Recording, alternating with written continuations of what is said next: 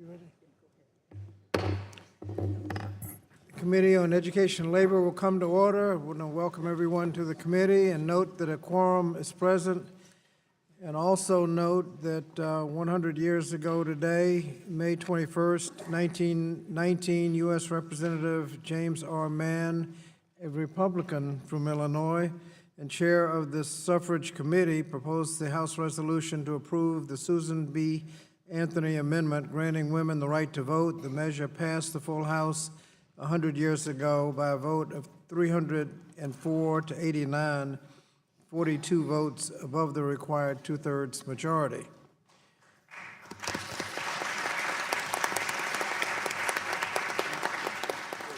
Mr. Chairman, Gentlelady from North Carolina. a short point of personal privilege.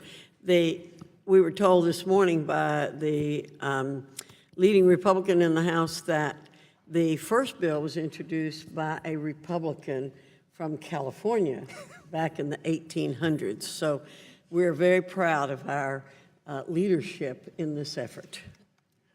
I thank the gentlelady. The committee is meeting today in a legislative hearing to hear testimony on eliminating barriers to employment, opening doors to opportunity. Pursuant to Committee Rule 7C, opening statements are limited to the chair and ranking member. This allows us to hear from our witnesses sooner and provides all members with adequate time to ask questions. Now recognize myself for the purpose of making an opening statement. Today's legislative hearing will examine barriers keeping Americans out of the workforce and also to identify legislative solutions to expand opportunity.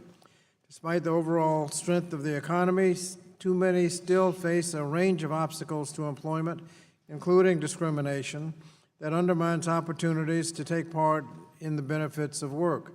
For example, older workers, workers with disabilities, disconnected youth, and returning citizens are often left behind in today's economy.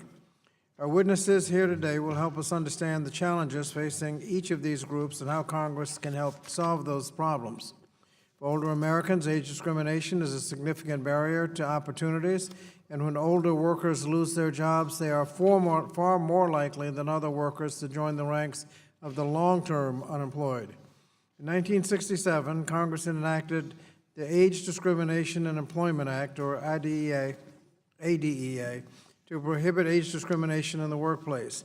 The ADEA is an integral part of the civil rights legislation enacted during the 1960s to ensure equal opportunity in the workplace, along with the Equal Pay Act of 1963 and Title VII of the Civil Rights Act of 1964.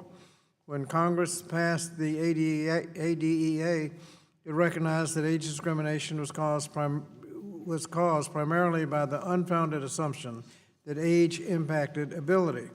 Unfortunately, protections for older workers were undercut by the Supreme Court's decision in Gross v. FBL Financial Services, which imposed a higher burden of proof for age discrimination.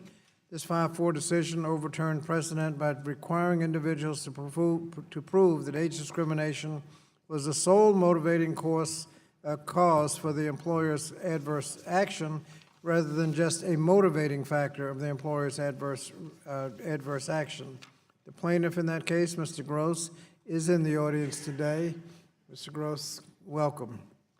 The Protecting Older Workers Against Discrimination Act, or PWOTA, is a legislative fix that would restore the pre-2009 evidence-use threshold applied to age discrimination claims. Reinstating the mixed motive test aligns the burden of proof for age discrimination with the same standards for proving discrimination based on sex, race, religion, and national origin.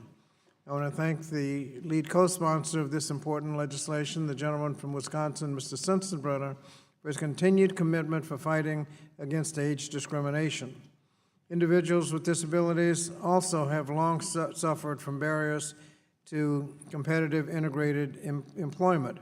Today, an 80-year-old provision in the Fair Labor Standards Act, known as Section 14C, empowers employers to obtain a certificate which allows them to pay workers with disabilities a sub-minimum wage. More than 130,000 employees with disabilities are employed under 14C certificates.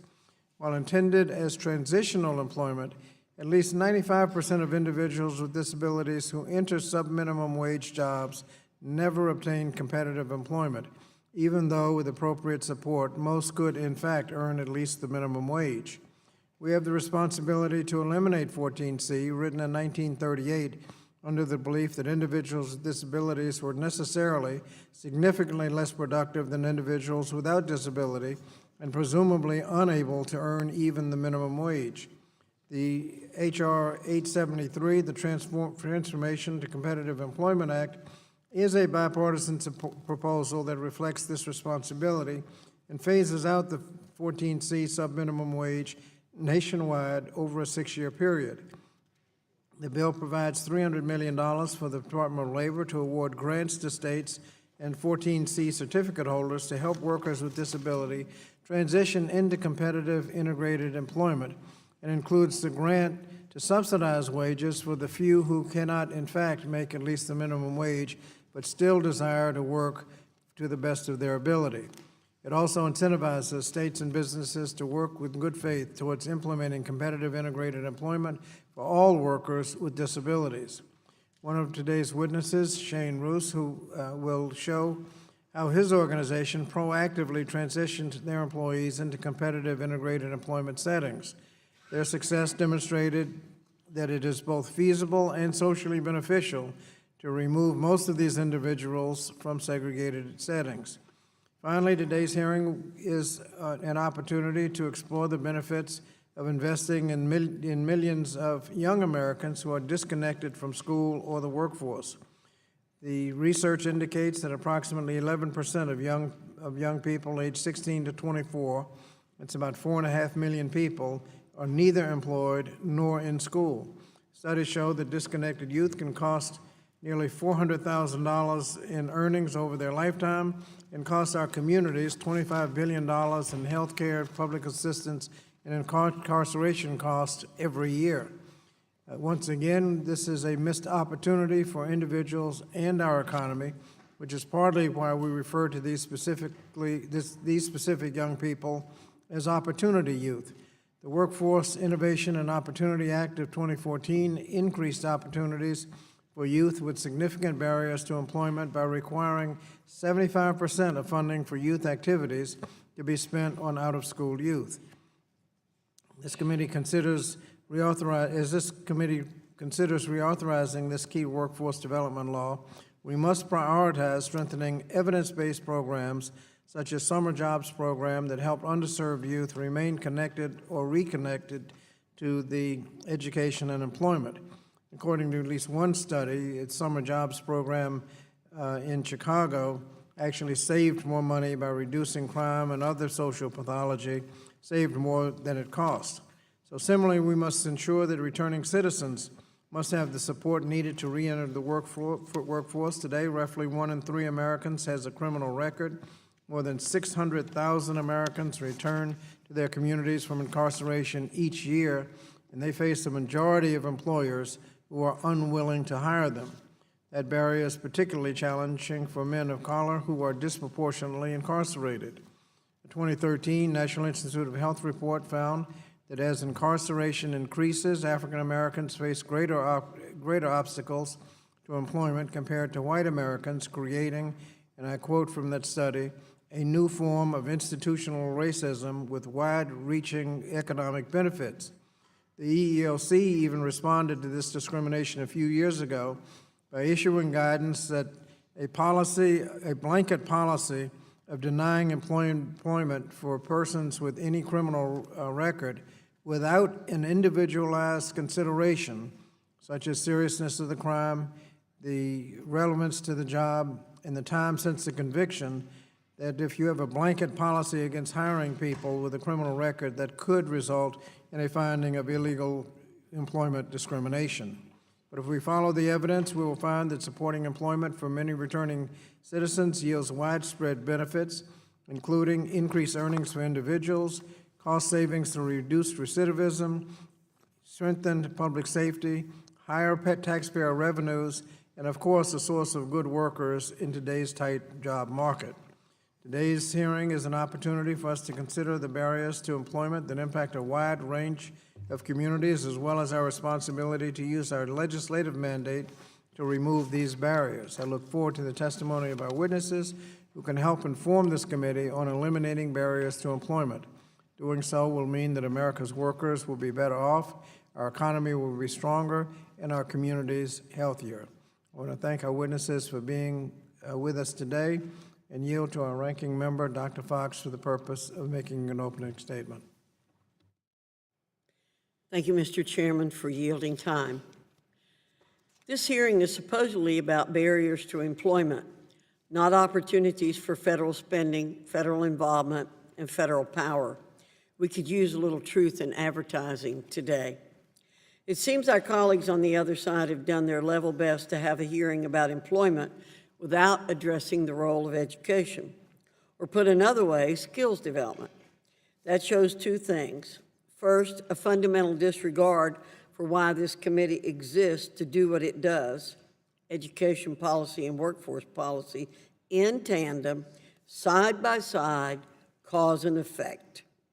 Second, it shows a tone deafness about the current state of the American economy. We have historic job growth, historic wage growth, and an historic number of job openings. Employment opportunities abound, but the skills gap persists and grows. Looking at individual policies outside of the role of education is not the way to approach this question of opening doors for Americans. It's these siloed, piecemealed approaches that have gotten us here. When will we learn? The American dream was founded on the premise that individuals are free and capable of improving their lives, of living better and climbing higher than their ancestors before them. As representatives of millions of people who still cling to these hopes, anything Congress can responsibly do to help increase opportunity for all Americans in the workforce, especially those with disadvantages, it ought to do.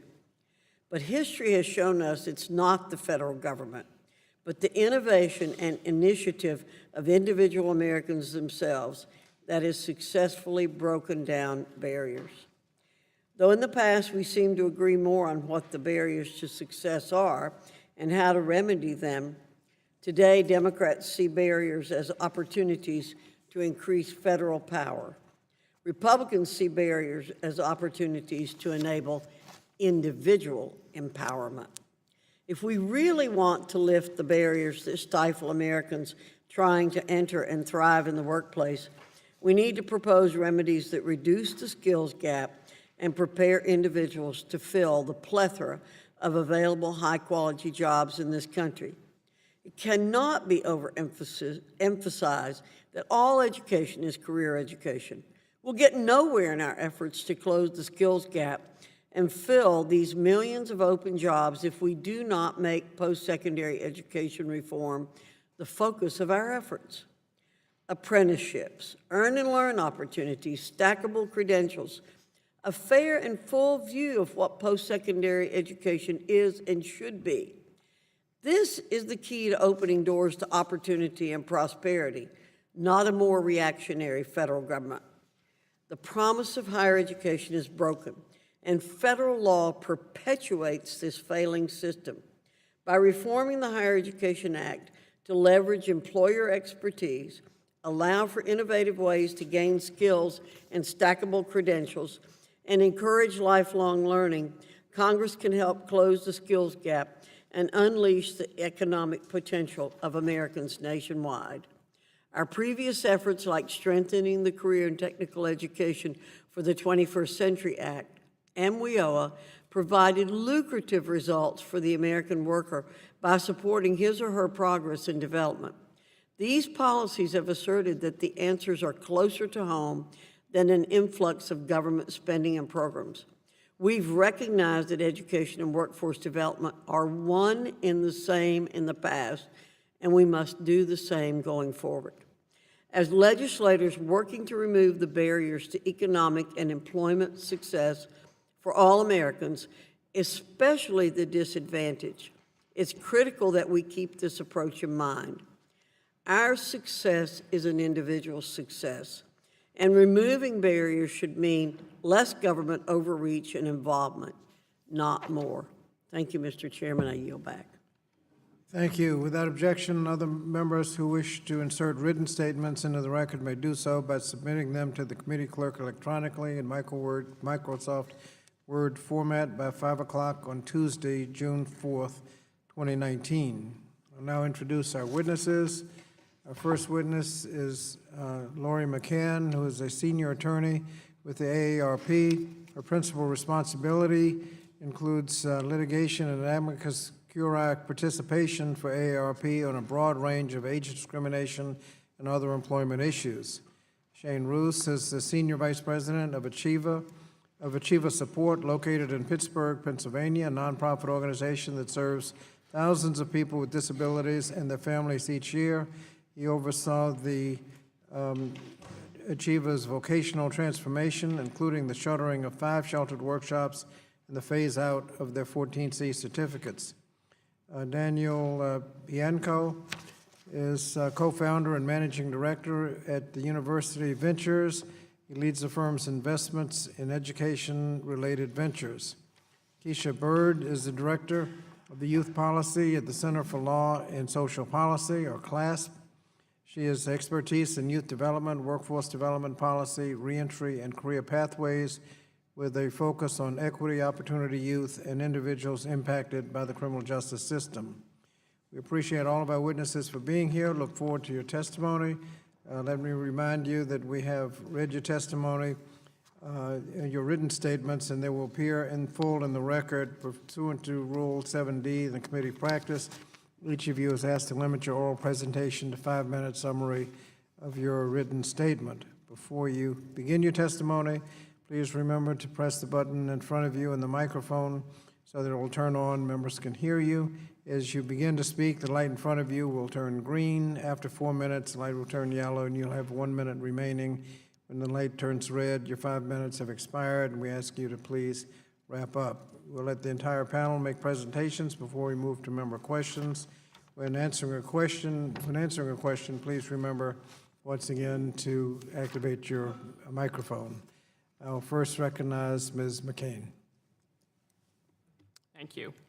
Chairman Scott, Ranking Member Fox, and members of the committee, on behalf of our nearly 38 million members and all older Americans, AARP thanks you for inviting us to testify on employment barriers facing older workers and H.R. 1230, the Protecting Older Workers Against Discrimination Act, or POWADA. It is simply good business to recruit and to retain talent regardless of age.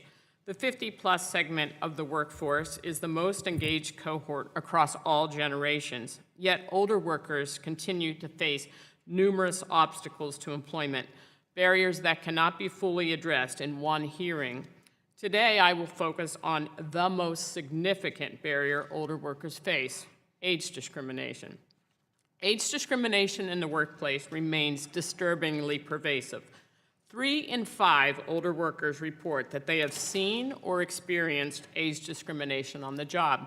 56% of all older workers are pushed out of their longtime jobs before they choose to retire, and only 1 in 10 of those workers will ever again earn as much as they did before. Discrimination in hiring is common but less visible and much harder to prove. Experimental studies document that employers are less likely to call back older applicants for an interview, and women face even more age discrimination in hiring than men.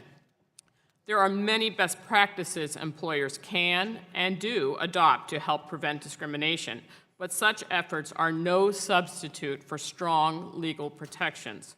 Unfortunately, courts have failed to interpret the Age Discrimination in Employment Act as a remedial civil rights statute, but instead narrowly interpret and erode its protections. Exhibit A is the Gross versus FBL Financial Services decision, which came out 10 years ago next month. Joining me here today is Mr. Jack Gross, the plaintiff in that case, which created the need to pass POWADA. Mr. Gross is now a happy retiree who spends his time with his wife of 51 years and his grandchildren, but he still wants to stop his name from being associated with the pain and injustice inflicted on older workers by age discrimination. Those are his words. After working for more than 30 years and steadily rising within the ranks of the company, Jack's employer underwent a merger and reorganized. Many older workers were offered a buyout, and those who didn't take it, including Jack, were demoted and essentially replaced by younger workers. Jack, then 54, went to court, and the jury agreed that age discrimination had been one of the motives behind his demotion. He was awarded about $47,000 in lost compensation. But when his case was appealed to the Supreme Court, the court ruled that the ADA requires a much stricter showing of causation than other kinds of discrimination. It was no longer enough to prove that age was one of the motivating factors behind an employer's conduct. The court held that older workers must prove that age was a decisive but-for cause for the employer's actions. The Gross decision has made it far more difficult for older workers to get their day in court and to prevail. Courts have used Gross to weaken other age discrimination protections, and the damage has not stopped with the ADEA. The Supreme Court and lower courts have extended the harmful reasoning of Gross to other civil rights laws. In 2013, the Supreme Court imposed the Gross standard on Title VII retaliation cases. While the Supreme Court has not yet ruled on the availability of the mixed motive framework under the Americans with Disabilities Act or the Rehabilitation Act of 1973, several lower courts have extended the damage to disability discrimination. PAWADA alone won't fix all the problems. Much more needs to be done. For instance, Representative Grotham introduced a bill last year that would protect more older workers from age discrimination by extending the ADA's coverage to more employers. But PAWADA would fix the enormous problem created by the Gross decision and its progeny, a legal standard that is stacked against workers and backtracks on the promise of the ADA and other civil rights laws. PAWADA does not expand civil rights. It is a limited, straightforward restoration of the same standard that was in effect before 2009. The bill has long been bipartisan, and it was developed as a consensus between civil rights and business groups. Discrimination is discrimination, and PAWADA would make Congress's intent clear that no amount of unlawful discrimination in the workplace is acceptable. Congress should pass PAWADA as soon as possible. Thank you again for inviting ARP to testify, and I'd be happy to answer any questions you may have. Mr. Roos. Good morning, and thank you to Chairman Scott and Ranking Member Fox for allowing me this opportunity to come before you today in support of the Transformation to Competitive Integrated Employment Act. This morning, my testimony will include the story of my organization's transformation away from the use of a 14C and the successes realized as a result of that transformation. My name is Shane Roos. I am the Senior Vice President of Achieva Support. Promoting employment opportunities for people with disabilities is a personal passion, has been a primary focus of my career. I view employment as being the centerpiece of a community life. Achieva was founded in 1951 by a group of family members who all desired the same thing, to ensure their children with disabilities had the same chances in life that all children should be given. Their commitment helped to establish a nationwide movement that changed the long history of isolation and segregation of both children and adults with disabilities. For several decades, Achieva has been providing employment supports for people with disabilities, and we have always taken a diversified approach to achieve competitive integrated employment outcomes. Until recently, however, we'd relied heavily on sheltered workshops and the use of a 14C certificate. In 2014, we began to examine our scope of employment services relative to the mission, vision, and core values of our organization. We determined that they did not align. In a community where disability should be a distinction that makes no difference, people should not be earning less than minimum wage with little or no access to the greater community. So in late 2015, our boards of directors unanimously adopted a resolution whereas we would divest ourselves of all facility-based services that segregate people from the richness of local community life. While it took time, planning, investment, and a reallocation of resources, all 5 of Achieva's workshops were shuttered within 3 years of the adoption of the resolution. Even more importantly, both of our 14C certificates were phased out within 2 years. And despite the rhetoric that implies when workshops close, there are no other alternatives, the successes of those people once languishing in our workshops tell a different story. To date, just over 100 people formerly in one of our workshops and earning a sub-minimum wage are now enjoying the richness and benefit of competitive integrated employment. Those jobs span across 53 unique employers with an average starting rate of $8.25 per hour. An additional 65 people are employed by one of Achieva's 3 businesses. The average hourly rate earned in Achieva business operations is $8.93 an hour. These same people were once earning an average wage of $1.90 per hour under a 14C certificate. Current earnings represent a 370% increase in hourly wages. Transitioning away from a 14C is not without its challenges. Many of the people currently in workshops transitioned into them directly from high school, and they've remained there ever since. The workshops and the associated meager earnings are all they and their families have ever known because people were not truly being prepared for a transition to competitive integrated employment. Passage of the Transformation to Competitive Employment Act in and of itself sets a new standard. It answers the question as to whether or not people with disabilities should be paid less than minimum wage. That answer is no. The Act sends a message that all people with disabilities who choose to be employed have the same rights and opportunities as people without disabilities. It also addresses those challenges by first and foremost offering technical assistance to current 14C holders.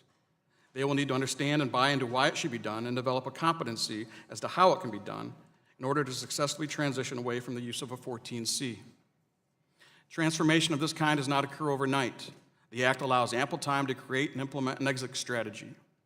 Technical assistance and financial supports provided by the Act should be used at the onset to develop a vision of how things will look 6 years down the road, establish realistic deadlines for implementation, and design a comprehensive communication plan. Having those 3 components in place prior to execution minimizes the fear of the unknown for your internal and external stakeholders and holds organizations accountable in terms of meeting your strategic benchmarks. I support the Transformation to Competitive Employment Act, and Achieva is a proud member of ANCHOR, the American Network of Community Options and Resources, who support the Act. While there may have been a place for such a law when it was created in 1938, this discriminatory practice that undervalues the abilities and contributions of a person with a disability is no longer acceptable. And while I will always stand tall behind Achieva's decision to discontinue the use of our 14C because we felt that it was simply the right thing to do, my experience over the past few years has shown me that all too many current certificate holders will not take that approach under their own volition. They instead will lean on falsehoods such as a person's lack of options or eliminating one's choice to defend a model of sheltered employment and sub-minimum wage. And it is for that very reason that the adoption of the Transformation to Competitive Employment Act is so inherent to promoting competitive integrated employment opportunities for all. Thank you. Thank you. Mr. Bianco. Thank you, Chairman Scott, Ranking Member Fox, for the opportunity to testify. My name is Daniel Pianco, and I'm co-founder and managing director of University Ventures. Our portfolio companies reduce barriers to employment and make higher education more affordable by pioneering new approaches to learning and helping employers think differently about how and where they discover talent. America is facing an unprecedented mismatch in the supply of and demand for talent. Even in this robust economy, college degrees are not delivering the skills required to get a good first job. We are spending hundreds of billions of dollars to empower Americans through education to get one of the 7 million open jobs that are out there. But higher education just isn't working for too many. It used to be that the American companies would hire recent high school and college graduates and then prepare them for specific jobs. These programs have virtually disappeared. Today, employers expect new hires to already have specific skills. Gallup and Inside Higher Ed found, and this is probably the most important statistic, that while 96% of provosts believe that they are academically preparing students for the world of work, only 14% of hiring managers believe that colleges are successfully preparing their graduates for the workforce. The result is over 40% of college graduates end up in jobs that do not require a bachelor's degree. And 2/3 of those underemployed graduates will still be underemployed 5 years later. The employability gap is best understood in micro terms. Salesforce, for example, is a customer relationship management software platform. Over 300,000 jobs are created each year for individuals with Salesforce skills. Yet virtually no colleges or workforce programs teach students the fundamentals of Salesforce. In addition to hard skills, We have a soft skills gap. Employers view soft skills as a prerequisite for employment. Today's students, though, have less exposure to paid work as adolescents, which means that a generation of new hires with less ability to communicate effectively, adapt to the workplace, or even know that they should show up on time. It is imperative that we do away with the false dichotomy that teaching job-specific skills would mean a shift away from soft skills. Technical skills and soft skills can and must be taught together. Today, I will lay out 4 solutions that should receive bipartisan support. First, solutions for higher education are being developed in the marketplace. Congress should encourage employer pay models of education by allowing companies that prepare and subsequently hire workers to be eligible for federal funding from programs like Pell and Workforce Innovation Act funds. For example, Talent Path works with colleges to create a direct pathway for students to employment with free software education provided. Employers are effectively ending in-house spending on entry-level hiring and instead paying for full-stack, last-mile training programs that recruit, teach, and place students in good first jobs. We call these employer pay models and believe they will grow dramatically to fill the gap between education and employment. Second, existing funding mechanisms like federal work-study should be reformed to better support the connection between education and employment. The federal government is spending almost $1 billion annually in work-study to preference on-campus jobs that do not have a direct connection to work. Federal work-study should incent off-campus work that has the potential to lead to full-time, high-wage employment or provide funds for discipline-aligned apprenticeship programs. Tectonic, which operates the first Department of Labor-approved apprenticeship program in software development, creates an outsourced apprenticeship model that is partially funded by WIOA dollars. Third, Congress should use the Higher Education Act as a tool to encourage more institutions to adopt work experience into academic programs through the Work College designation. Work colleges such as Paul Quinn and Berea have proven that work, when integrated into the curriculum, radically reduces the cost of education while improving job outcomes. Finally, Congress should look to dramatically reform the federal financial aid system, particularly when it comes to graduate education. The Grad Plus loan program has shifted from access to undergraduate education to supporting graduates who seek to transition into professional fields. The pursuit of graduate education remains vital to talent development in many high-need areas, but Congress should have some assurances that the federal investment in Grad Plus is tied to employment in career-aligned fields.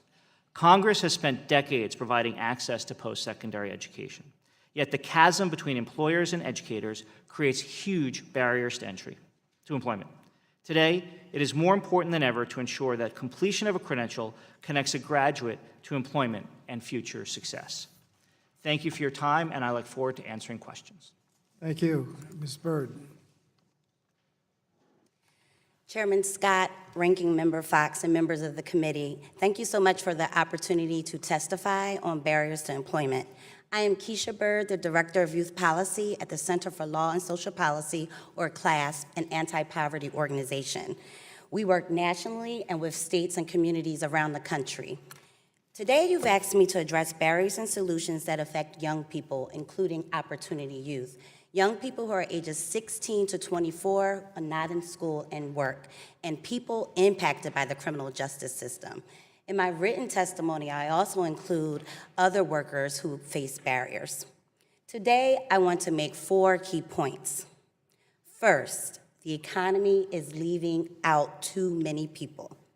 Despite extremely low unemployment rates, millions of would-be workers are locked out of the labor market, and millions more are stuck in low-wage jobs that cannot support a family. For example, approximately 4.5 million young people are opportunity youth. And people impacted by the criminal justice system are unemployed at a rate of 27%.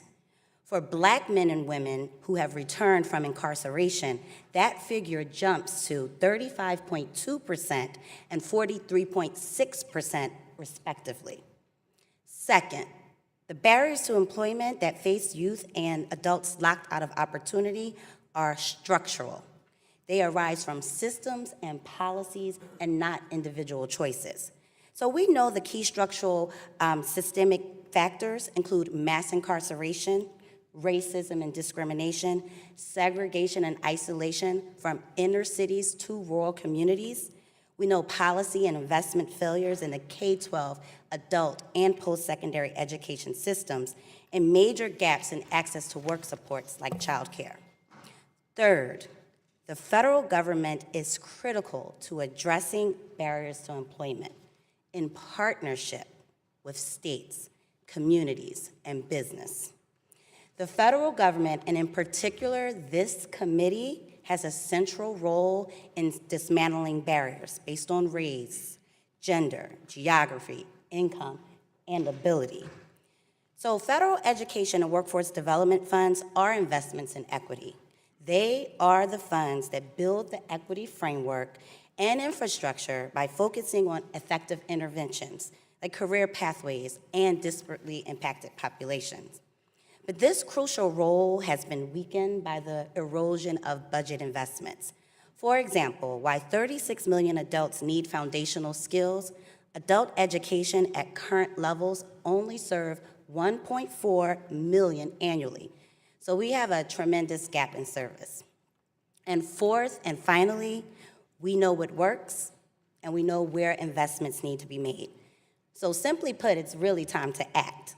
So among the immediate steps that I would urge the Congress to consider are lift budget caps to make critical investments in workforce development, adult education, post-secondary education, and critical work supports like childcare.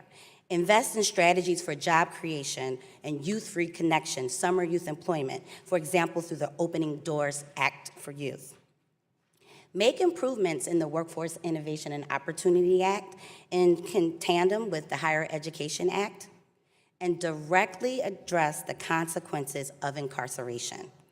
This could include ensuring background checks are accurate, such as the Chairman's Fairness and Accuracy in Criminal Background Checks Act, restoring Pell Grants to individuals who are incarcerated, and investments in correctional education. In conclusion, I urge Congress to build on what we already know from research, state and local experience, and young people in impacted communities themselves. Directly address the structural barriers that I've mentioned here today, invest in equity and spreading innovation, for example, through infrastructure. I urge Congress to create a plan for universal access to education and employment for all young people and individuals impacted by the criminal justice system. Thank you for the opportunity to testify, and I look forward to your questions. Thank you. I want to thank all of our witnesses for their testimony. We'll begin now with questions from the members, and I'll go last. So I'll first recognize the gentleman from Arizona, Mr. Grijalva. Thank you very much, Mr. Chairman, and thank you to the witnesses. Ms. McCann, in your experience as a litigator, explain how the change to the standard of proof in the Gross decision has adversely impacted age discrimination and employment claims. Is there evidence that ADA claims are being rejected by the courts more often since that Gross decision occurred, and the impact of that?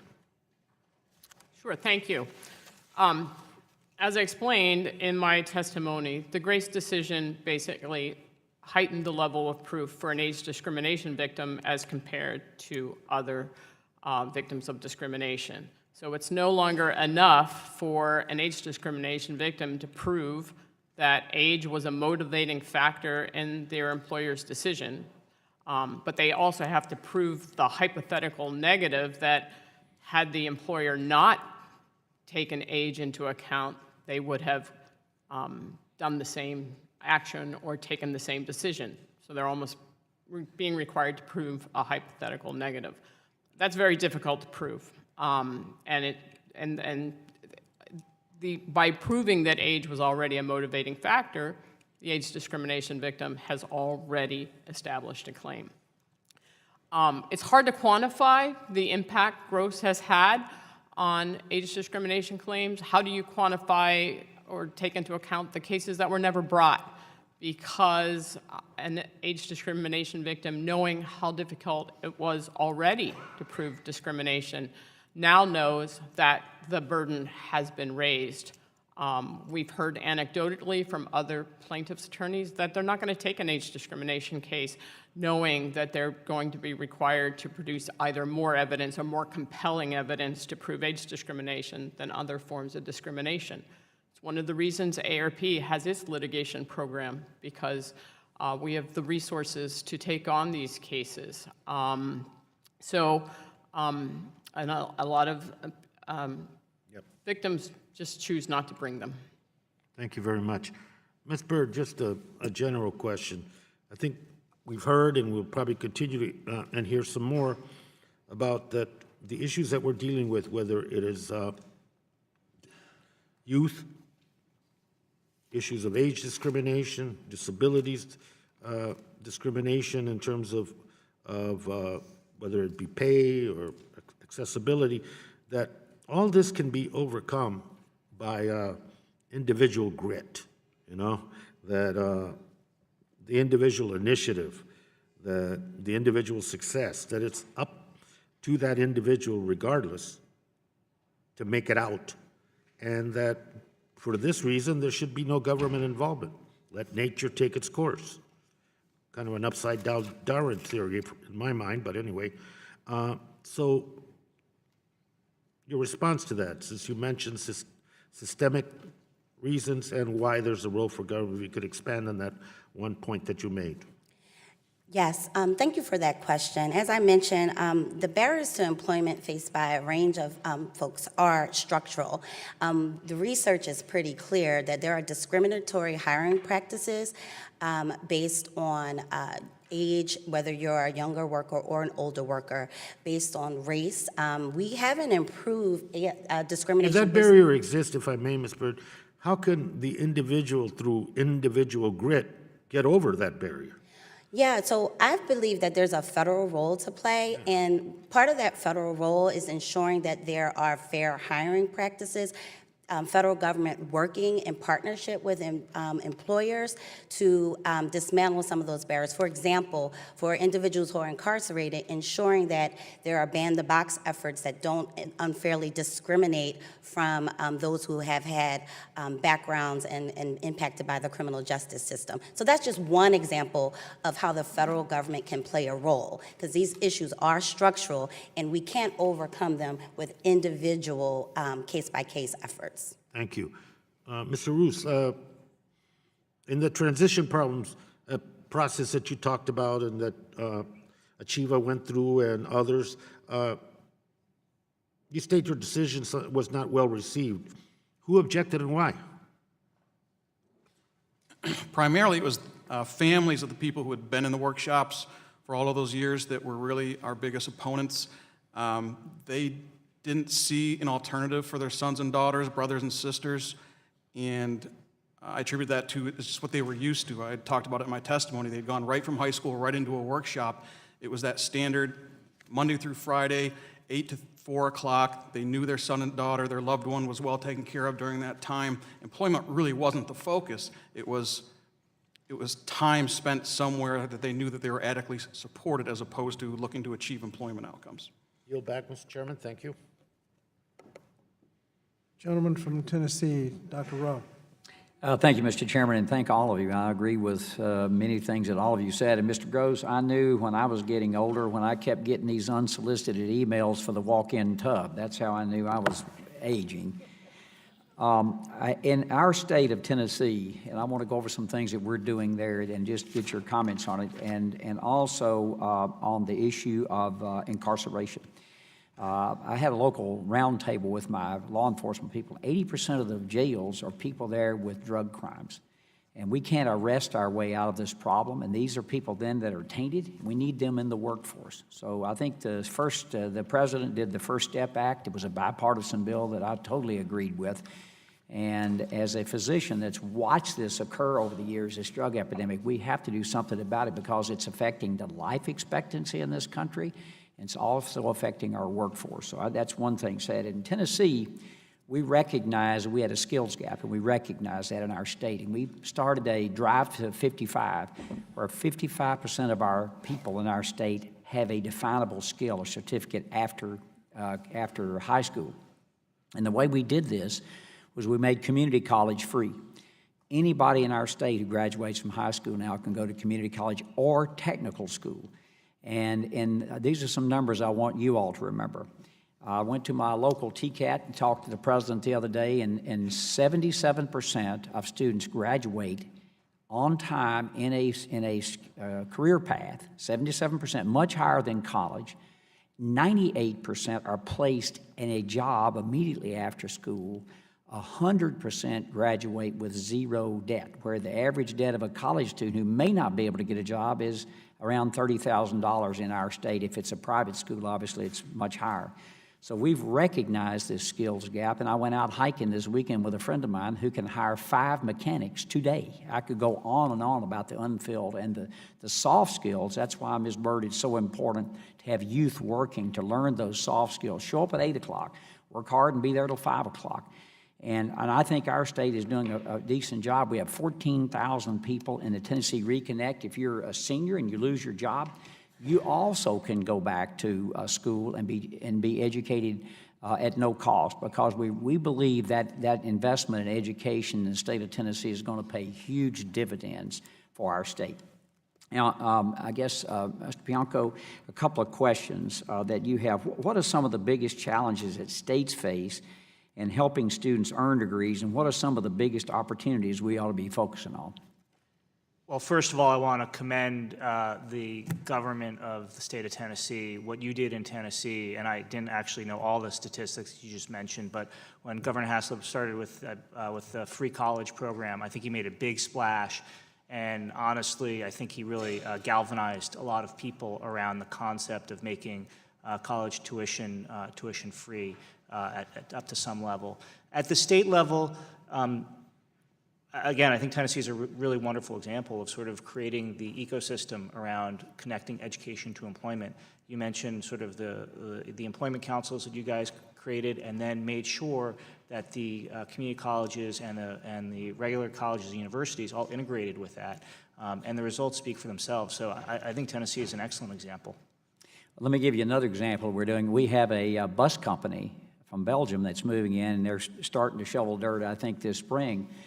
They are paying 120 students $16 an hour to go to school to learn to be welders, to have a guaranteed job at north of $22 an hour to start out with, plus their benefits. So we're already seeing huge benefits from that. What are and anyone can answer this question, what are some of the best innovations that you all have encountered when it comes to using industry expertise to guide the development of career preparatory training programs? I'll throw that open to anybody. Yeah, that's a really good question, and I'll jump in. I think one of the things that we're seeing is really the notion of career pathways, which is baked into the Workforce Innovation and Opportunity Act. It requires a number of different systems working together. So with business and industry, with the Workforce Development Board, which has those employer partnerships, which has the labor market information, and with higher education institutions like community college, like technical schools. So there's not one entity that can do it alone, but at the state and local level, supported, again, by the federal role in that framework, it allows for business and industry to be a effective partner in creating career pathways and creating the opportunities post-education and training for employment. Thank you, and Mr. Roos, I want to thank you for advocating for your employees and for the group that you represent. I respect and admire you for that, and I yield back. Thank you. Gentleman from the Northern Mariana Islands, Mr. Sablan. Yeah, thank you very much, Mr. Chairman, for holding this hearing, and welcome to all the witnesses. Thank you for being here with us. Ms. Bird, I know you're here appearing in your position as Director of the Youth Policy, but I'm also taken back in your oral presentation with the passion you have in supporting your testimony. So I have a few questions for you. I want to know about funding levels, and when we talk about money here, sometimes it gets into a higher level of discussions. But your testimony notes that quote, current funding levels are insufficient to provide the employment and training services that individuals with barriers to employment need to move out of poverty and into good jobs. Current federal youth employment and training programs serve approximately 339,000 opportunity youth, reaching just about 25% of the young people in need of employment, education, and service pathways. So let me ask, if Congress were to say double the funding for youth employment and training programs, what do you see the potential in the participation rate? Thank you for that question. It's really critical. So first thing is that we've seen funding levels dramatically decline for employment and training programs for young people over the last 40 years, and in particular in the last, since 2000. And so we are not at the funding levels where we used to be. So we know that at some point in our history, this country did think these were critical investments, early work experience, and those skills. So as it relates to Opportunity Youth in particular, if we do need to increase the funding, we have 4.5 million young people who are out of school and out of work, and yet we're only serving a fraction of those young people through programs like Job Corps, Youth Build, the Workforce Innovation and Opportunity Act programs. And so we know that we should scale up those programs and serve them. Now, we would increase participation, but it's not just a formula that if you double the funding, you double the amount of young people engaged, because we know we need to think about the supportive services, work supports, as well as the different types of programs that young people are engaged You could in. essentially double it, maybe even more than double, right? If it's done right. Yeah, what we've been calling for through the Reconnect Youth campaign is that we need annually to engage at least 1 million more young people in these opportunities. And so that includes a range of things like summer youth employment, like work-based learning, and all those other Which opportunities. leads me to my next question, really, is I would like to know your opinion about which federal program are most effective in assisting opportunity youth, for example. In your testimony, you described this group as like you just said, 4.5 million young people ages 16 to 24 who are not participating in school or work. So can you give me your assessment on which programs, federal programs, some we may have in my district, the Northern Marianas, and some we may not have been most effective in addressing this cohort? And in particular, can you speak to the effectiveness of Job Corps centers, which we do not have in my district, regrettably? Yes, so I will try to get to as much of that as possible. So the issues that young people, especially opportunity, face are not one-size-fits-all issues. And so there's no one answer like this is the most effective program. What we know from research and state and local experience and implementation, that there are effective strategies like work-based learning that allows young people to earn and learn, like integrated education training, which allows young people to gain foundational skills, build adult education, and create pathways to post-secondary opportunities and to employment. So there are the strategies that are baked in, and what WIOA does that actually includes those provisions to incentivize state and local workforce boards to have community-based partners to engage young people in those opportunities. Yeah, thank you. My time's up, Mr. Chairman. I yield back. Thank you. Gentleman from Michigan, Mr. Wahlberg. Thank you, Mr. Chairman, and thanks to the panel for being here. It's an important topic, an exciting topic that we're engaging in today.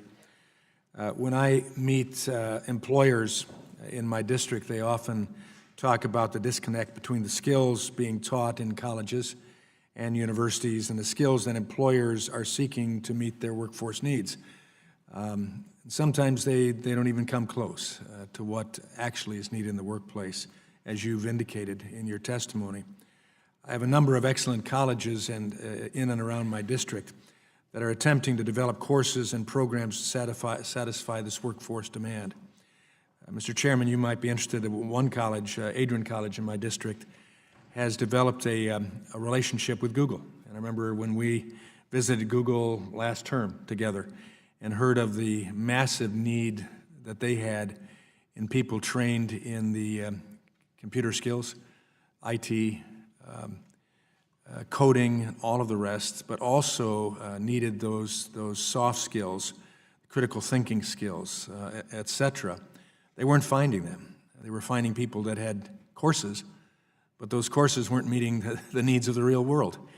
And so it's been interesting to watch Adrian College develop this consortium, now starting with Google, and now ratcheting up and out with other colleges as well that have niche fields that they can share in unique and creative educational arrangements so that individual students can have opportunity to have those needs met with soft skills as well as the technical skills that the businesses, whether it's in marketing or sales or logistics or insurance, et cetera, when they get into the field themselves, they're prepared and ready. And they don't have to have the remedial training that Google would have to give most of what they're receiving from universities today. And so partnerships like this seem to be something we ought to be working toward. Mr. Pianco, in your experience, have you seen other colleges start to amend their curricula to better align with the workforce demands? And if so, is there a common thread or model that you think could be broadly emulated? Yeah, so I get asked this question a lot, which is like, how do we do it better if we're a college or a university? How do we get better connected to employment? And I think we have to realize what people do well and what people they may or may not need help with. And colleges and universities were really not set up to do workforce development and job training. The jobs that you're talking about at Google, the technologies that they're describing probably change over once every 3, 6, 9, 12 months. Right. And colleges tend to I sat on the curriculum committee of my undergraduate institution, and it took us 2 years to update a curriculum, and usually that was, adding a new book or something. When programming languages, especially in the technology field, are changing as rapidly as they are, it becomes very difficult for colleges to do what you're describing. And so I think... under the old model. Under the old model. Yeah, and I guess what we're saying is that model needs to change. Right. So the question is, what do you do if you're a college? Right? You change. You change. Or you go away. Or you focus on what you're really good at, and then I think there are going to be a new brand of companies, nonprofits, community-based organizations that spring up that actually provide the connective tissue between educational institutions and employers. And it's really hard for the one college in your district that probably graduates a few hundred students every year to have that relationship with Google. That's unique. But if they could tie into some sort of broader national framework of either a company or a nonprofit that actually provides a lot of that training that Google needs, that last mile training that Google needs, and Google will pay for it.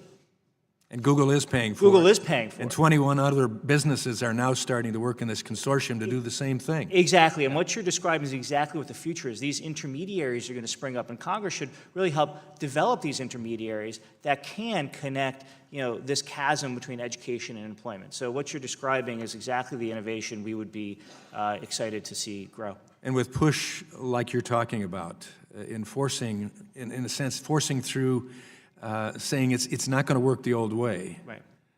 Colleges, if they're going to survive, and small colleges like Adrian are going out of business every day.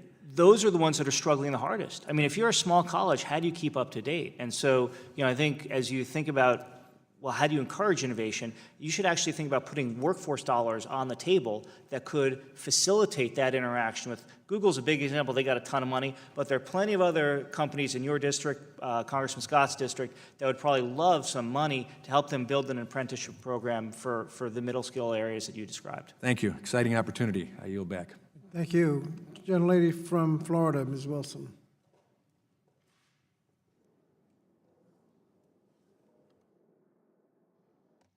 Thank you, Chairman Scott, for holding this hearing on this critical issue of eliminating barriers to employment.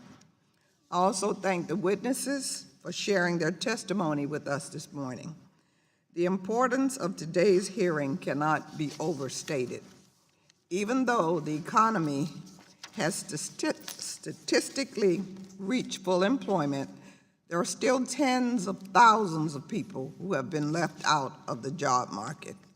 There are numerous ways to increase employment and break down the barriers that too many Americans face when trying to enter or re-enter the workforce. Two prime examples of federal programs that contribute to breaking down these barriers are the Workforce Innovation and Opportunity Act and Career and Technical Education programs.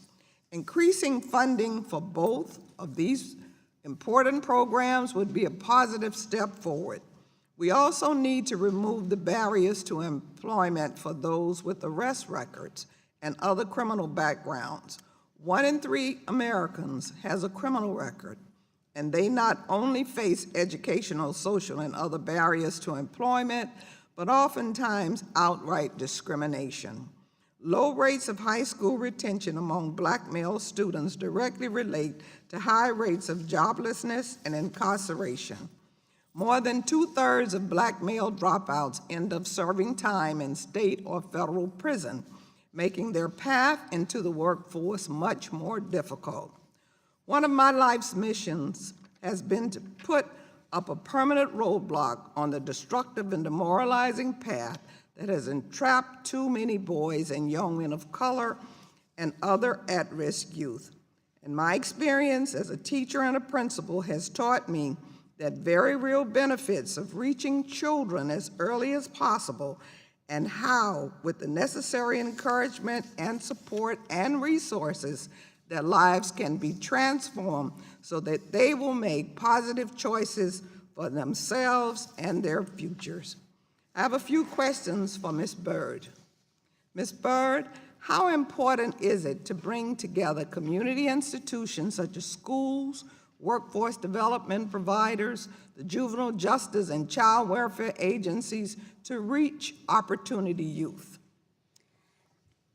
It's really important. What we know is that because Opportunity Youth have faced a number of different barriers, whether it be as a result of living in high poverty communities where there's lack of investment, systemic failures in their K-12 system that have pushed them out of school. You've mentioned boys and men of color. We know they're more likely to be referred to law enforcement and have higher suspension and expulsion rates. So again, these issues are structural and systemic. So in order to really capture Opportunity Youth and to meet them where they are, we need recruitment efforts, and that involves cross-systems collaboration. We know that young people in the child welfare system, for example, are more likely to have employment and post-secondary challenges. So the workforce investment system really is a convening entity that can braid and blend and support cross-systems partnership to create the best interventions and the best opportunities for Opportunity Youth where they are. Your testimony addressed the untapped potential of Opportunity Youth. At a time when job openings exceed the number of applicants, we're seeing more and more employers recognizing the potential of these young people and making concerted efforts to engage these workers. We also know the barriers to employment do not go away once a young person is hired. How does our current workforce development system help ready young workers for employment opportunities and help employers connect with these young workers? And what services are in place for support? Okay. Yeah, so I'll answer that in a number of different ways because, again, what we find is that workforce development boards in partnership with their community partners are really thinking critically about the needs of employers as well as the needs of young people in their communities. So one, they're thinking about coaching and advocates that help young people to navigate not only the types of career pathways that they need, but also the social supports and the supportive services, again, that are baked in WIOA to help them, for example, if they're a young parent, what do they need in terms of support there in terms of childcare. The other thing that we think is really important, and we've seen this in some of the research with summer youth employment with employers, is really how do you also train the workplace to be prepared and to be able to supervise and to coach young people themselves. So all the training and support doesn't just happen for young people, but the employer and private sector community. And be happy to follow up with you because we have a number of examples from around the country, and we do think that the federal investment can support that in places where it's not happening. Thank you very much. Gentleman from Georgia, Mr. Allen. Thank you, Mr. Chairman, and thank you all for being here today. We have quite a dilemma in the country, and it was basically created by this tremendous economic opportunity that we've experienced under the Trump administration and Republican-led Congress. Our economy is doing better than ever, best in the world. 7 million jobs open right now. I meet college graduates with college debt every day that can't find a job. I talk to people in my district, and everybody needs workers to grow their business. They could grow their business if they had a skilled workforce. We know that the number one thing that a business looks at when they want to locate in a community is skilled workforce. This government is spending a lot of money to try to look at various ways to deal with this. I will tell you the biggest problem in my district as far as workers is passing a drug test. I mean, it's alarming. In fact, law enforcement tells me the biggest problem they have, 80% of their problem, surrounds either the sale, distribution, or use of drugs.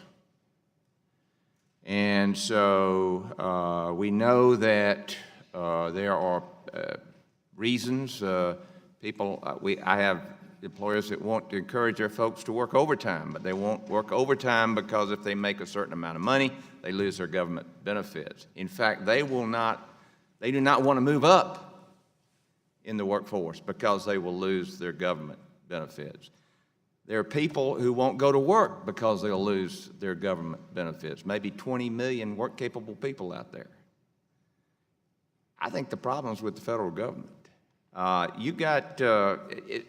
As far as your research, and you talked a lot about innovation education programs, what are you doing to solve some of these issues, these real issues that folks are having out there? Yeah, look, I think the biggest problem is what you alluded to, which is you're graduated from college and you don't actually know, you don't have the right skills to get a job. And what then ends up happening is you are underemployed and you become the barista at Starbucks or whatever the image that connotes, and you're lost. And if you're a millennial right now, you are on average 40% less wealthy than the generation before you was at the same time in their career. And it's led to a huge amount of disaffection and, frankly, a significant decrease in the labor participation rate. And you mentioned that we have this amazing economy going right now, and we actually have employers who are willing to pay to bring people back into the economy. And so what I strongly recommend is we figure out a way to leverage existing dollars, because we spend a lot of dollars right now between WIOA, Pell, all the Title IV spending that we make, that we can create more incentives for colleges, for businesses to bring back people who are underemployed, who have gone down the path that you described, because the world isn't working for them. Right? They went to college, they took out all this debt, and they're not getting the jobs that they want. And so, or they went to college and they weren't successful at college. We didn't mention this, but 50% of people, more than 50% of people who try college, it doesn't work for them. And so our only response to them is go back to college to get a job. And we need other alternatives. We need other alternative pathways to employment. And that's what I'd strongly recommend this body connect. Well, we have a financial aid system in the country, and you touched on this a little bit, but what are some steps you suggest that we take to address the real problem?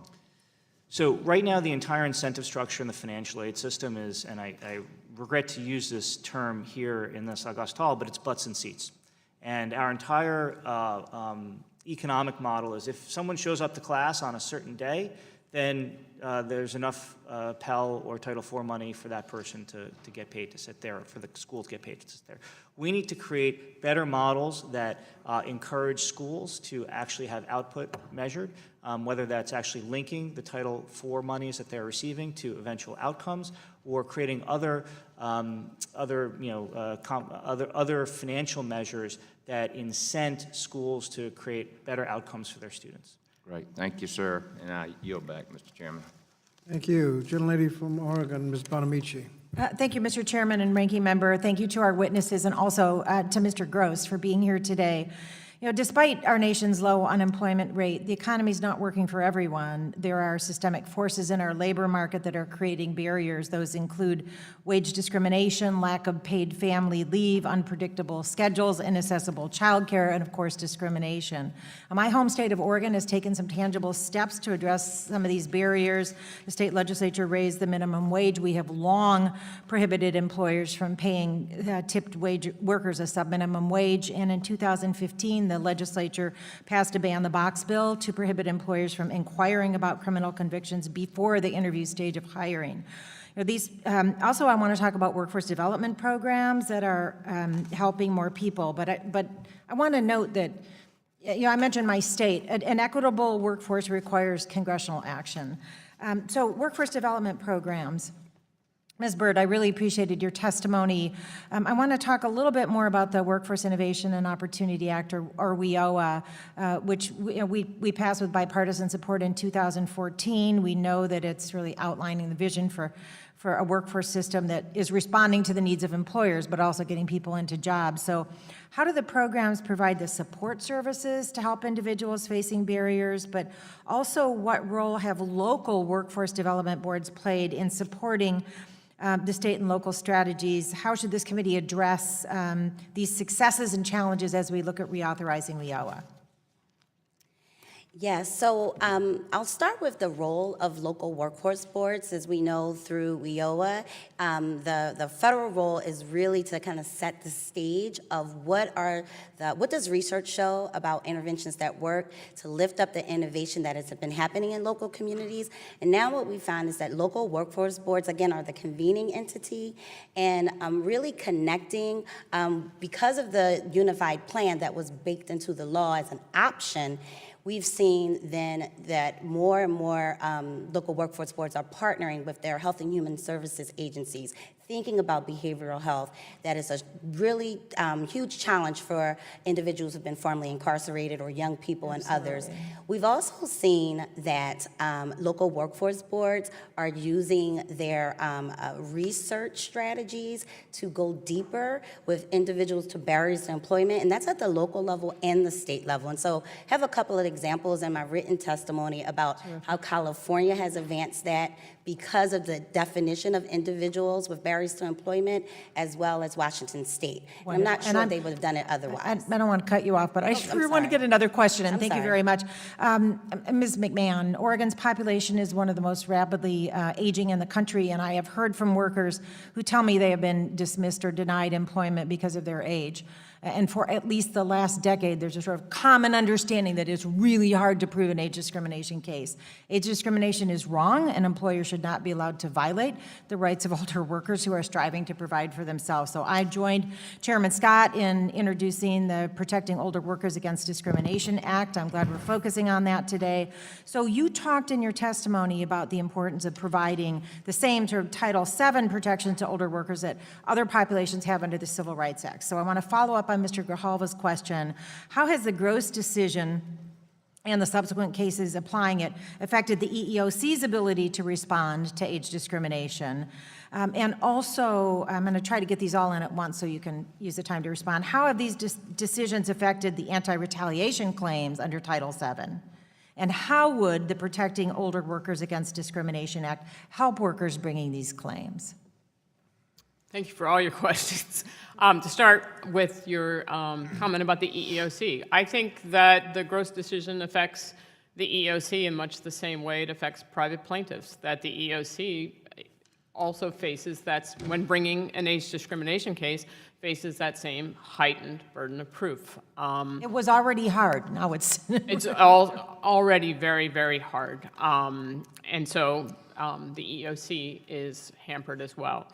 As far as your question about the anti-retaliation provisions of Title VII, unfortunately, Gross has been applied to Title VII's retaliation provision. And the problem is, historically, when statutes have the same purpose and identical language, courts have interpreted those statutes consistently. But Gross changed all that and said that unless Congress, thought far into the future and thought of every possible other statute that might be affected and amended them as well, that the amendment they're making to the particular statute. And I'm running out of time. How could the legislation help workers? Because it sends a clear message that discrimination is discrimination, that age discrimination is not a second-class civil rights, and you do not face a higher burden of proof than other discrimination victims. Thank you. And now I am out of time. I yield back. Thank you, Mr. Chairman. Thank you. Gentleman from Wisconsin, Mr. Grothman. Yeah, I'd like to thank you for this hearing. I wish I had 5 minutes for each one of the four of them, but I've got to pick. And as the chairman knows, I have a special interest in Dr. Roos's area of expertise. I'm a little concerned about some of the things he said, but you say at one time you had over 500 people with special needs working for you, and things have shifted. You still have 65 working for you and 100 in other places, and other people are still looking. I have a lot of people who are very happy working in the sheltered workshops in my area, and they're very concerned. So I'd like to know if we follow through on what the bill you support says, what becomes of these folks. I'm very concerned that in your testimony you say that all too many current certificate holders will not take that approach under their own volition. So in other words, you believe that people with special needs have to be forced somewhere where they wouldn't naturally want to go, which I find kind of discriminatory and offensive. But I'd like to know what the over 500 people you used to have working for you, when you decided to kind of shut down your work floor, where are they all? I guess you got 65 working for you and 100 in other places. The 100 in other places, how many have a work coach? Out of the 100 that became employed competitively, probably the majority, if not all, received some level of job coaching. Supported employment through the Office of Vocational Rehabilitation or through the home and community-based waivers is a great service for people looking to get in the community, between community-based assessments, job development, job coaching, placement, follow-along. That's really been the key to the success of those over 100 people, and almost all have accessed that service. Okay. Okay, now we got 165, which means there's still 335 to go who at one time worked on your floor and now are not. What became of the 335? Could you break that down for us? Well, first of all, I got another question for you. You mentioned you have 100 working outside of your facility. Of those 100, how many are working, say, at least 30 hours a week? Very few. We probably average about 18 to 20 hours a week across those 100 people. Okay, so they really, as far as the value of work or the self-satisfaction of work, you've got, of the 65 who are still working in Achieva, how many are working what I'd call full-time or what you'd call full-time? From that 65, we're probably in the same range, although a little bit higher, about 20 to 25 hours a week for that 65. Okay. So you really have very few people who are now working, let's say, at least 30 hours a week. That's correct. Okay.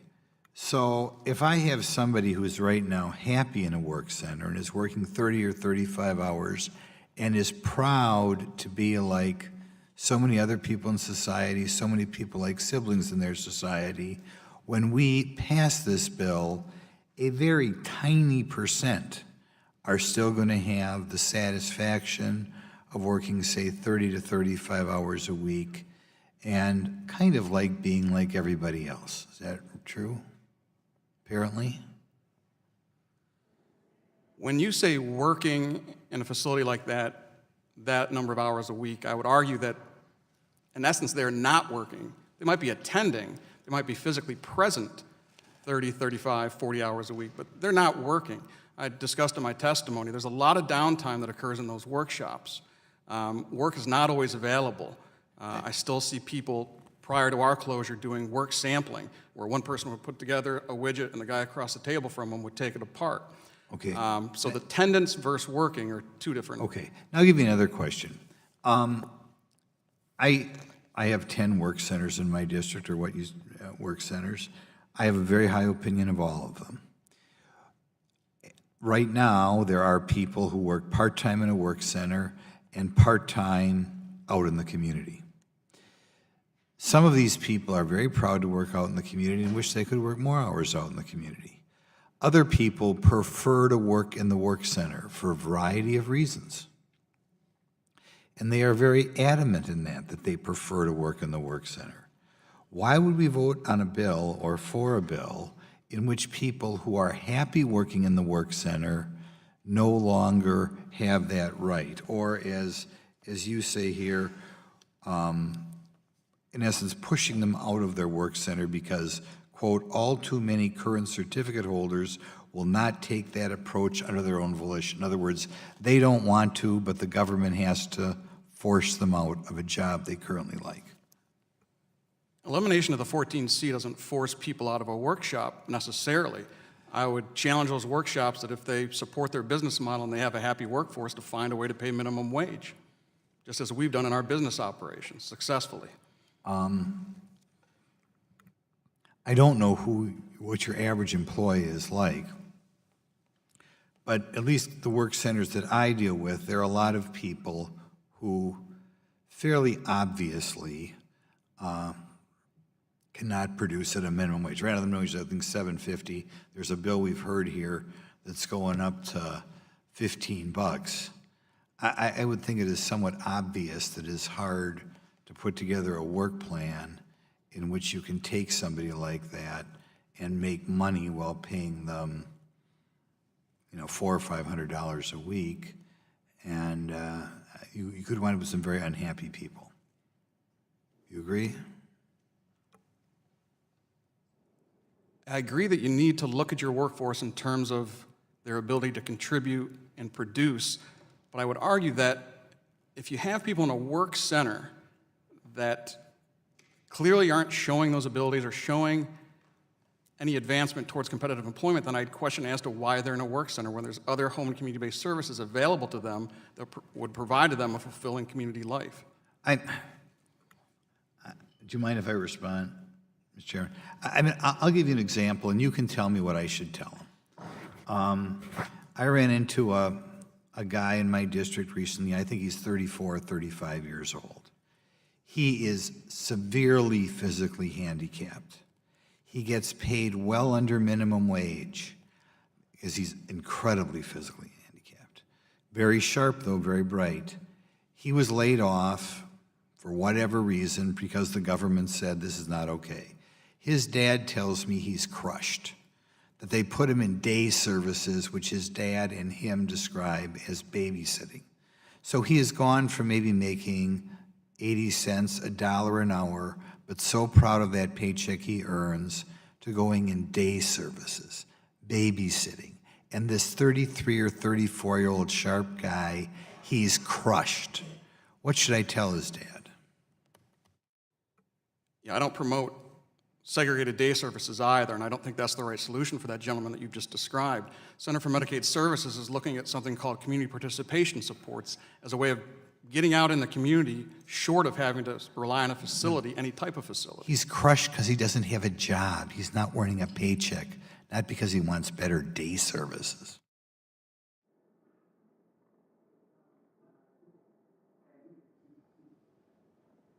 Gentleman from California, Mr. Takano. Thank you, Mr. Chairman. I'm very pleased today that the committee is considering the passage of POWADA, which stands for Protecting Older Workers Against Discrimination Act. I don't want to use the word POWADA because I want the people to understand what we're talking about. And Ms. McCann, just briefly tell me what this law would do, what this act would do. Sure. The Protecting Older Workers Against Discrimination Act would restore the ADEA and other civil rights statutes that have been negatively impacted by the Gross decision back to the standard of proof that applied to it prior to 2009. So it does not expand the law. It restores the standard of proof that was disturbed by Gross. Because of a Supreme Court decision. I've become familiar with some of the facts around Mr. Gross's case, and as I understand it, he was working with a great record, rising rapidly in the company. The company was merged with another company, and then he was demoted and dismissed. Do I have the facts correct? You have them exactly right. He, worked for his company for 30 years, steadily rising among the ranks, always getting good reviews. But then after the merger and a reorganization, some employees were offered a buyout. Mr. Gross was not. Instead, he was demoted. And his new position, he tells me, he basically was giving no responsibilities. And as a result, he got a poor review. So we've seen the same, this is a big statistic we always cite, this trajectory of increased productivity in our country. But yet, workers not sharing in that productivity, and technology is blamed. But I contend, as many others are starting to contend, that it's the rules of our economy and the ways in which the protections for our workers, for basic fairness in the workplace, have atrophied and been weakened. And the way I look at this Supreme Court decision made it far more difficult for people like Mr. Gross to prove that he was discriminated on based on his age.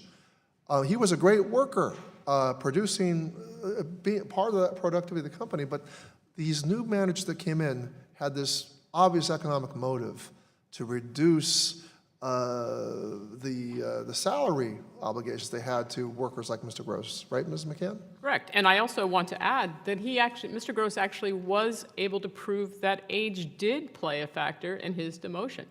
He proved that in the district court, and the employer was not able to prove that it would have made the same decision if it hadn't considered his age, and he won. And it was only until the Supreme Court said that actually he also had the burden to prove that negative hypothetical, that despite the fact that he had proved his age was a factor, that the employer would not have taken the same decision, would not have demoted him. He had to prove that the employer didn't have any other reason to do what they did. Exactly. Right? Exactly. Even after he proved that Even after he had already age proved. discrimination was definitely part of it. Well, I can definitely see a lot of Americans who are reaching, this age. And I think this last recession, we're at full employment now, but I think there's a lot of Americans, older Americans, who are going back to work because they have to, who cannot reach the same salary levels that they had before this last recession. This protection is so important to Americans. Look, here's the question I want to ask you. Even if we fix this, that'll be an important thing if we fix this with protecting older Americans. But don't we also face the burden of a growing number of employers who are forcing their employees to sign employment contracts, which force them into arbitration, which, even if they have this private right of action that can prove discrimination, that's also a barrier? That's also a barrier to employment. As I said in my testimony, all the barriers that older workers face cannot be addressed in one hearing, and PAWADA certainly does not address that situation, but it is also a significant issue. I'm pleased that this legislation is bipartisan. I'm pleased we see a number of Republicans, conservative Republicans, actually joining this and understand. They understand that the older Americans is a huge voting population. But it's important also, and I want to move toward the light instead of cursing the entire darkness. But I also just want to make the point that it's incomplete today, that we need to pass PAWADA, but we also need to deal with forced arbitration. That if we enhance your protections, but we don't really give you a full remedy to make sure that you have a right to enforce these rights, then that's a halfway measure. I yield back, Mr. Chairman. Thank you. The gentleman from Idaho, Mr. Fulcher. Thank you, Mr. Chairman. I've got a question for Mr. Pianko. I wanted to make maybe just a point first and shift gears a little bit to an area that we really haven't talked about yet. But you made a statement in your testimony that some 40% of college graduates are underemployed with their first job, and 10 years later, probably half of them still are. Honestly, that makes sense to me, because that's kind of what we see in my home state of Idaho. And we have an incredibly good statistic when it comes to unemployment. It's like less than 3%. And this is overall, all employees, but yet more than 20% are on some kind of public assistance. And so we see that. In our state, and this is kind of the point I wanted to make, and then I'm going to follow up with a question, but in our state, part of the reason is a little bit different. We used to be more dependent on resource-based jobs, manufacturing-based jobs. And due to a number of reasons, a lot of regulatory and legal and that type of thing, those jobs have transitioned to service-based jobs. Nothing wrong with service jobs. They just don't have the same economic impact. So that's the point I wanted to make. And you'd also said the nature of work has changed, and that's in our state, and I think other states in the West in particular, that's part of it. It's put more focus on the need to be the entrepreneur. Entrepreneurs are different skills type of people. How would you recommend to incentivize that entrepreneur? You've removed you're shifting the paradigm. How do you encourage that new generation of entrepreneurs? That's a hard one. Look, I actually went to Stanford for business school, which is sort of the heart of Silicon Valley and entrepreneurship.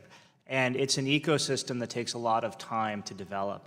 And actually, we in this sometimes beat up on colleges and universities for not providing people a pathway to employment. One thing universities do extremely well is serve as hubs for entrepreneurial ecosystems. And universities attract a lot of research funding from the federal government and from private industry. And so one of the things that you can do is to encourage the development of, you've got some really wonderful universities in Idaho, encouraging the development of those universities into research hubs and sort of entrepreneurial hubs.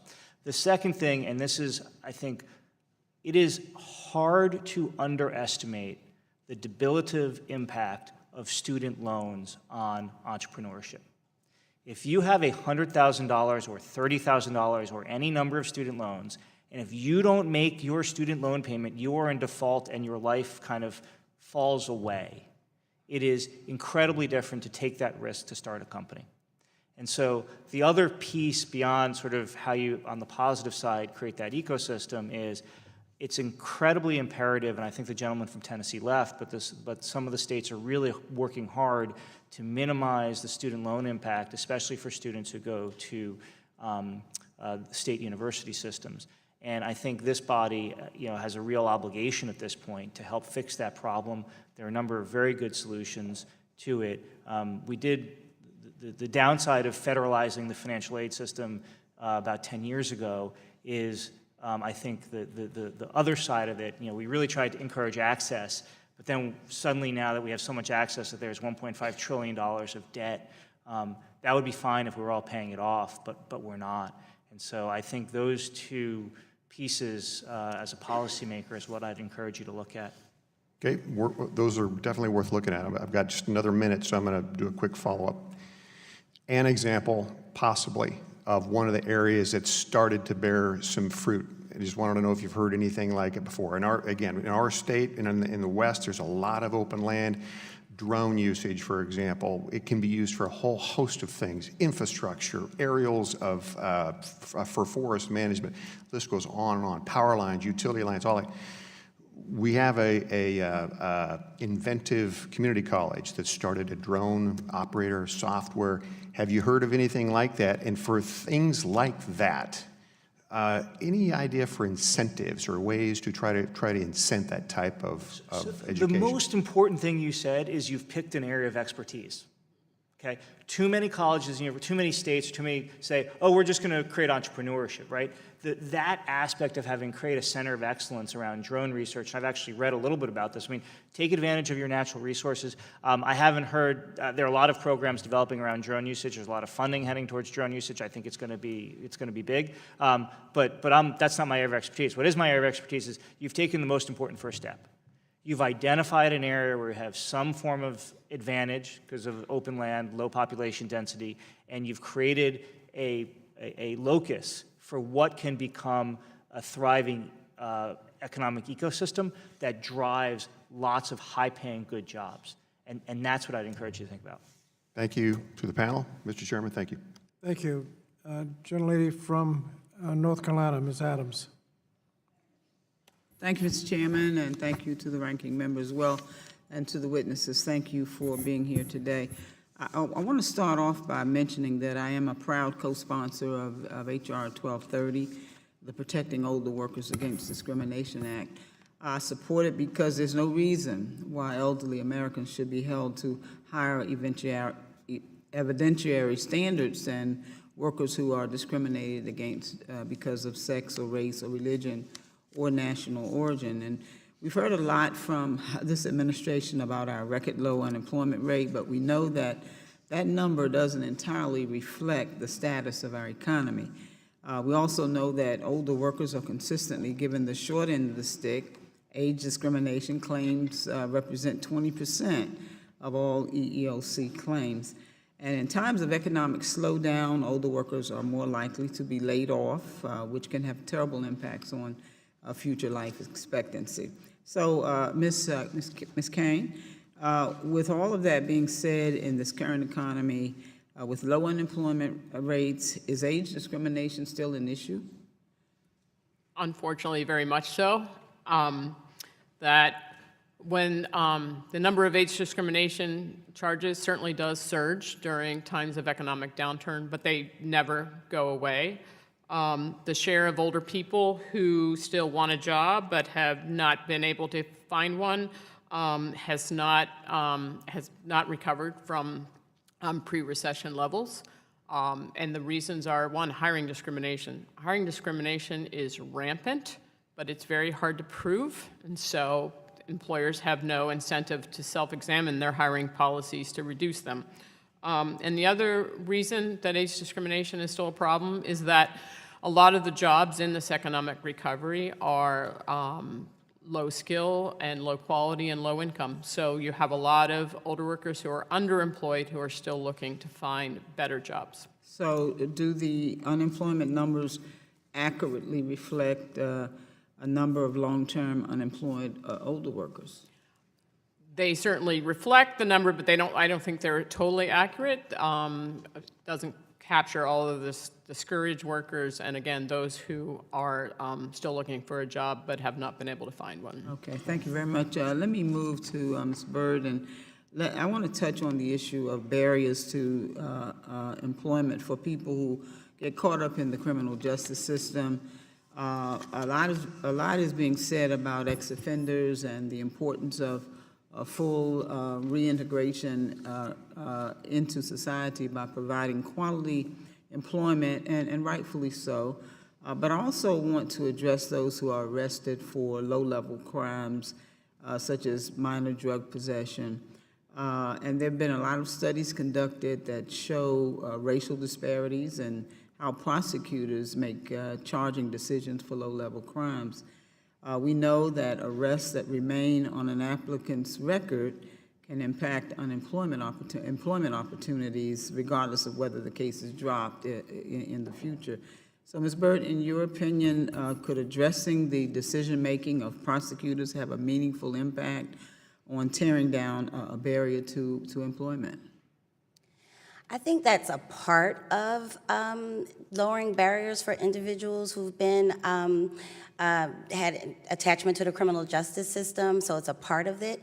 But what we really need to think about is beyond arrest for those who have been incarcerated, how do we start not at re-entry as a way, but as while folks are incarcerated, including adult education and training while folks are inside, and that's correctional education. We have a number of different models from around the country that's important. The decisions that prosecutors make is very important, and we have examples also of partnerships with workforce development boards around the country that create diversion for, in particular, young adults that have access to more work opportunities, more work experience, youth development programs, and mentors. So it's not a one-size-fits-all solution, but as I mentioned earlier and in my testimony, we really do need cross-system solutions and the investments in things that we know that work. Okay, great. Thank you very much, Mr. Chair. I'll yield back. Thank you. The gentleman from North Carolina, Mr. Walker. Thank you, Mr. Chairman. And I'd like to thank the panel for being here today. I've got a couple questions I'd like to get into for Mr. Bianco, but I'd like to actually start with Ms. Byrd. First of all, just a comment, I was looking at it. So it looks like you work with economic justice, criminal justice reform, and mental health policy, specifically for youth and young adults. I think that's very important, and I remember taking student mission trips as a pastor for 16 years into the places, the inner cities of Cleveland, New York, and Baltimore, and saw it firsthand as far as what can be done. So I commend your heart and passion. It's very obvious today that you believe in what you're saying here, and I would venture to guess there's probably a little bit of a faith perspective coming from it, but no response there, it's just my hunch. Republicans have tried to lead the way in many of these areas, opportunity zones, as far as when we talk about investments into some of the different areas, also First Step and Second Chance Act, some of the work that's also some of the investments that continue to grow in the HBCUs areas and other places. So I think there is a conscientious level that the federal government does have a role in some of this. But also, I do believe that one of the gentlemen earlier on one of the colleagues on the Democrat side said this is not about grit. I agree with that, but I do believe that part of this is a level of personal responsibility coupled with these other areas to show that the self-worth can be reached to a place to accomplish some of these things. And I think that's where sometimes the federal government can overshoot the runway, almost creating an enabling mindset as opposed to one that continues to persevere, because adversity is in every one of our lives.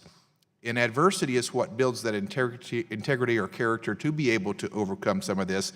And I just want to make sure, not that you're not saying this, that there is a balanced approach as far as what the federal government's role is, but also what needs to be done in some of the workforce training. So a little bit of a commentary, and if I have time, I'll come back to you for a response on that. But I just wanted to say I appreciate specifically, because if you can capture the youth, if you can show a better pathway for the youth, I think you have a chance of really making a positive impact. Mr. Bianco, given the consistent lack of skilled workers in today's workforce, what kind of long-term effects does this kind of skills gap impose on our economy and our ability to compete, not just here domestically, but on a global scale?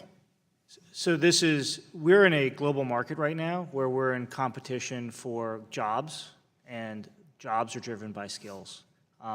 There's a London Center of Economics study that the skills gap costs about $160 billion to the U.S. economy. And frankly, we have a massive dead weight loss to the economy by all the money we spend on recruiting and training, and then not having that person actually end up the educational system not getting them the jobs they need to be competitive. So we've invested all this money, and then we don't get the outcome we want. And so it's critically important, and I think you're on to an important topic. Well, you mentioned in your testimony that under the current federal work-study structure, it is easier for a student to get a job, use your word, mopping floors on campus than getting hands-on workforce education at a private business off campus. Can you break that down or get in the weeds of that for just a minute on how additional flexibility to spend federal work-study funding off-campus jobs would enable students to gain the hands-on experience needed to enter the workforce? So right now, less than, I think, 0.1% of all federal work-study dollars are spent with private businesses. So you said 0.1%. I believe it's 0.1%. Council is nodding his head, so I think I'm right on that. Wow. Which is a shockingly small number. We all talk about, and this is where I'll get on a soapbox for a second, apprenticeships. Okay, we have $1 billion sitting here that could be effectively funding the start of a major apprenticeship movement in our country, and instead, something like 75 or 80% of those dollars are spent doing on-campus jobs that don't have a direct connection to employment. And so I believe that Secretary DeVos recently, this morning, announced that they were going to expand a pilot program to start experimenting here, but I would strongly recommend that the Congress, as part of HEA.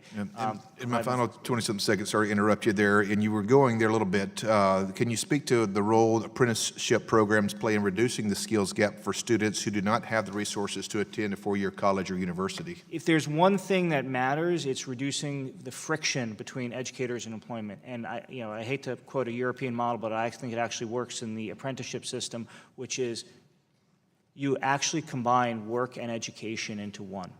And you bring the skills training into the education. And if you look at the funding models that exist in places like Switzerland and Germany that have created this apprenticeship model that works, it's based on that premise. Thank you, Mr. Chairman. Yield back. Gentleman yields back. Gentlelady from Pennsylvania, Ms. Wild. Thank you, Mr. Chairman. Mr. Roos, I'd like to start, I'd like to start with a question about the issue of disabled workers earning competitive rates of pay. The times have changed so very much, and I do truly believe that the disabled deserve to live independently, and that sub-minimum wages certainly won't encourage or enable that to happen. And I very much want to sign on to H.R. 873, the Transformation to Competitive Wages Act. But I will tell you, and I'm asking this question really in an endeavor to be able to respond to advocacy groups who have contacted my office and have claimed that H.R. 873 would have a chilling effect on the hiring of workers with disabilities, and particularly those with the most severe disabilities. Can you address that? Help me out with this issue. Sure, I'd be glad to. I've heard all those concerns as well, and we heard those from families back in 2015 when we made the announcements that we were going to transform our vocational supports. And honestly, I just haven't seen it in reality. For those who truly want to work, I stand by the fact that the supports are in place to empower that to happen through supported employment, technology, partnerships with local employers has really been key to our success in finding competitive employment opportunities for people with disabilities, even the most severe disabilities. There's also that group of people, as I was alluding to earlier, that I truly don't think work is what's important to them necessarily, yet they're in a workshop. And it's really finding what is meaningful to them if that workshop were no longer a possibility. And I think they're commonly referred to as wraparound services. There are many services available, again, through those home and community-based waivers that can help someone live a fulfilling life, can meet those health and safety concerns that arise quite often when we think about workshops not being there. But again, I always go back to the point that if someone wants to be employed, I truly feel that they can be at a competitive level, earning a rate at or above minimum wage, commensurate with other people doing the same job in the same industries. It's just piecing together those services and supports that they're going to need to be successful. So you don't believe that there would be additional cost to the employer other than the higher wages? I don't. Reasonable accommodations are usually quite cheap, quite frankly. Employers get scared about that a little bit in terms of having to make those reasonable accommodations, but most of the times it's really not much of an investment on their part. For current 14C holders, if they want to maintain the current work they're doing and maintain the contracts they're doing, they're going to have to do it through a reduced workforce. Our business operations used to operate with it was discussed earlier. You know, Excuse me, I'm going to stop you there, Sure. just because I have questions, Sure. other questions I want to ask, and of course, we always have limited time. But thank you very much for your input. Ms. Byrd, I want to address the issue of criminal background checks in the application process. I represent a district in Pennsylvania, and in Pennsylvania, an employer can consider an applicant's felony or misdemeanor conviction in the hiring process only if they relate to the applicant's suitability for the job. If the employer decides not to hire someone based on his or her criminal record, the employer must inform the applicant in writing. And while I think that law is imperfect, because an employer is granted great deference in determining the applicant's suitability for the job, I do like the requirement that the employer inform the applicant in writing that the criminal background was a factor in the hiring process.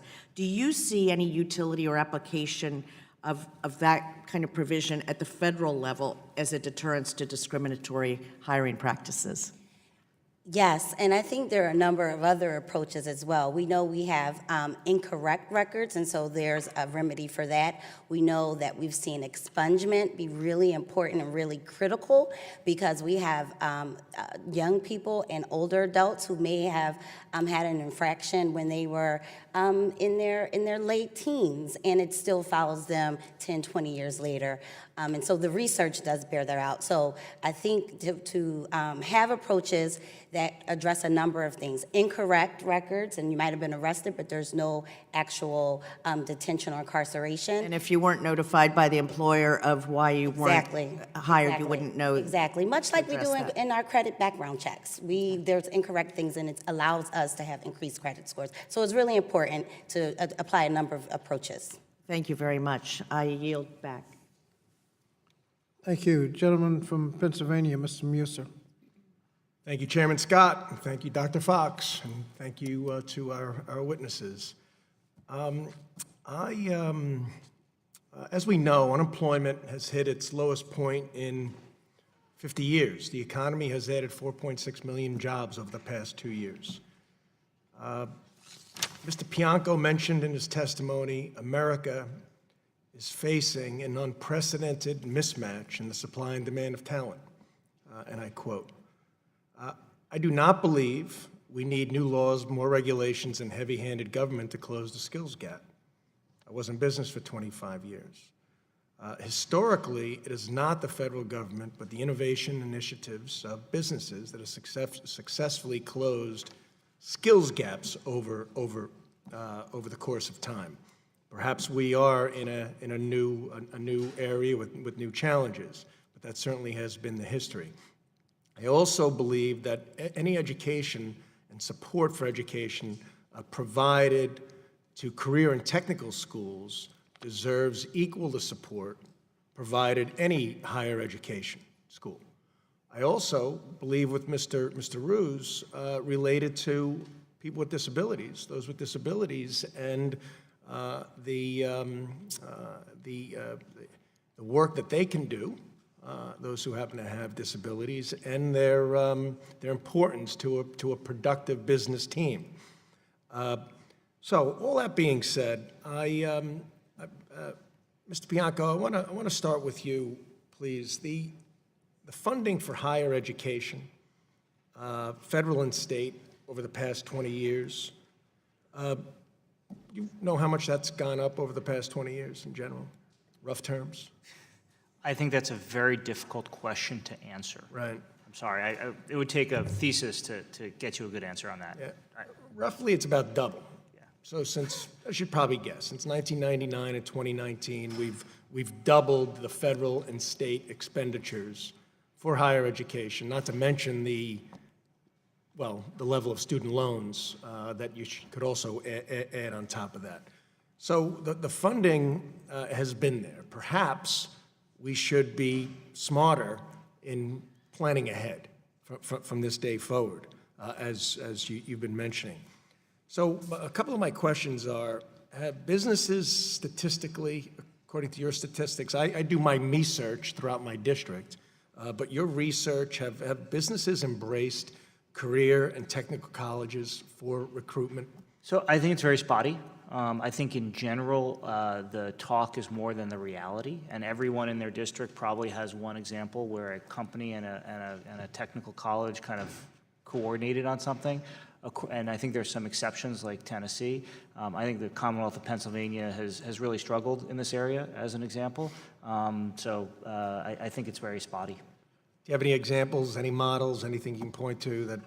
Well, I think Tennessee has done an excellent job. I think Colorado, I forgot to mention earlier, I don't know if there are any representatives from Colorado. Colorado has really made a real effort on this. Some other states as well. I think there's some, I think if you want real federal action across the board, the only way to truly incent businesses, and I think it impacts the achievement, is to actually put some real dollars behind the coordination of the education infrastructure and the employment infrastructure. And I think that's really where we'd have to go. So on-the-job skill development is where I agree with your point. We are spending enough money on education. So the issue isn't how much money are we spending. The issue is how are we spending it. And take the federal work-study example. I mean, that is a perfect example, or Grad Plus. I mean, we have these massive, massive programs that are well-intentioned, but they're not actually achieving the goals that we want them to achieve. So I'd encourage you to think about redirecting dollars and sort of encouraging this education and employment ecosystem connecting rather than new dollars or new regulation. Right. I mean, some companies take great pride in their workforce development, what they offer to those with disabilities and to all people, but not all companies, of course, do that. So there's certainly a place for career and technical development. And I think companies aren't going to change, right? You got two organizations that just don't talk to each other. Companies, they want someone who programs in Python, who can pass, on June 30th in Harrisburg, Pennsylvania. Sorry, go ahead. No, clearly your number, 74% of academia thinks that they're doing great in this regard, and 15% of the workforce. My time is up. I yield back. Thank you. The gentlelady from Connecticut, Ms. Hayes. Thank you, Mr. Chair. And I thank you to all the witnesses for being here today.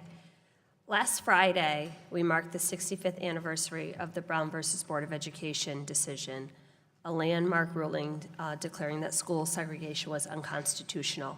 Unfortunately, we know that systemic racial segregation continues to leave youth of color behind. The overwhelming number of disconnected youth in this country come from disconnected communities marked by high adult unemployment, poverty, racial segregation, and low levels of adult education attainment. High poverty, racially segregated communities often lack the opportunities for upward mobility, contributing to higher youth disconnection rates for communities of color. From 2016 to 2017, Black youth were the only racial group who saw an increase in rates of being disconnected. I mean, groups 16 to 24 coming from high poverty areas who were not in school. In Connecticut, there are over 44,000 disconnected youth ages 16 to 24. In my district alone, there are 8,100 disconnected youth. So my questions today are for Ms. Bird. How does racial and income segregation make it difficult for youth of color to access the social capital and networks that afford them access to traditional business and industry sectors? So as I mentioned in my oral testimony as well as in my written testimony, that these issues are structural and they are about segregation and proximity to networks that allow you to gain access to work experience. In our research with young men of color, we found that references and work experience, those two issues are critical in creating access. So the question is, how can we create more opportunities, in particular for African American and Native American youth who have these high disconnection rates through the workforce investment system? Thank you, and I couldn't agree more. I've seen that same thing right here on the Hill when I'm trying to recruit interns or hire staff. There are people who have just never had access to the types of opportunities that are provided here, so they've never had the experience to now qualify for the jobs. So what does the evidence tell us about the effectiveness of summer job programs in improving academic outcomes for school youth? So I'm glad you asked that question because I was just thinking about my first summer job experience. I'm born and raised in Philadelphia, and many of the skills that I learned on that first summer job, which I didn't know was a workplace learning opportunity at the time, but it was a partnership with the school district and the University of Pennsylvania, was gaining positive self-concept, communication skills, social skills. And so the research bears it out, but what we don't have is that same level of federal investment that we had when I was able to have that opportunity. Employers say they need and want it. When they have young people, they want to keep them over time. And we have research that shows that it keeps kids safe in the summer, as well as increase their attendance and student engagement. I'm so glad you said that. Let's talk about it. Because Okay. my first job was at New Opportunities as a summer youth counselor, and that was actually my next question. How does it impact attendance rates and test scores? Yeah, so there's a couple of new research that is in Detroit, for example, and studies. So we think that there needs to be more research invested in what are the impacts of summer jobs, but we already know there's a great body of research already there. So it improves test scores, it increases attendance, but also these transferable skills that folks call soft skills, which really we call essential skills in our field, are transferable over a lifetime. And how does that impact transitioning into the workforce? So the research bears it out. The more you work 1 year, the more you work another year. And so work experience is literally critical. And in the Workforce Innovation and Opportunity Act, there's a carve-out, I won't call it a carve-out, but a 20% to support work experience, which includes a number of things, different things we were talking about, but it really isn't enough. I love just hearing you speak because you are literally adding credibility to everything that I know already to be true. And so my last question, does current federal funding, including WIOA, Title I youth funding formulas, ensure that groups of young people are prioritized? Yes, well, it provided the, the infrastructure and framework, as I mentioned, but it could do more. And what I mean by more is when we're talking about individuals with barriers to employment or opportunity youth, we know it's not a traditional kind of route to pathways. And so the more means supportive services, the more means additional partnerships, the more means more investments in work experience and references, as I mentioned. Thank you so much. Thank you. Gentleman from Pennsylvania, Mr. Smucker. Thank you, Mr. Chairman. Mr. Roos, I'd like to just clarify your position.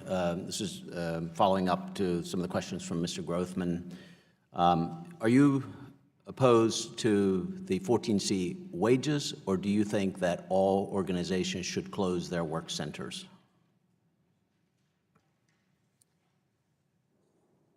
First and foremost is the payment of subminimum wage. Sure.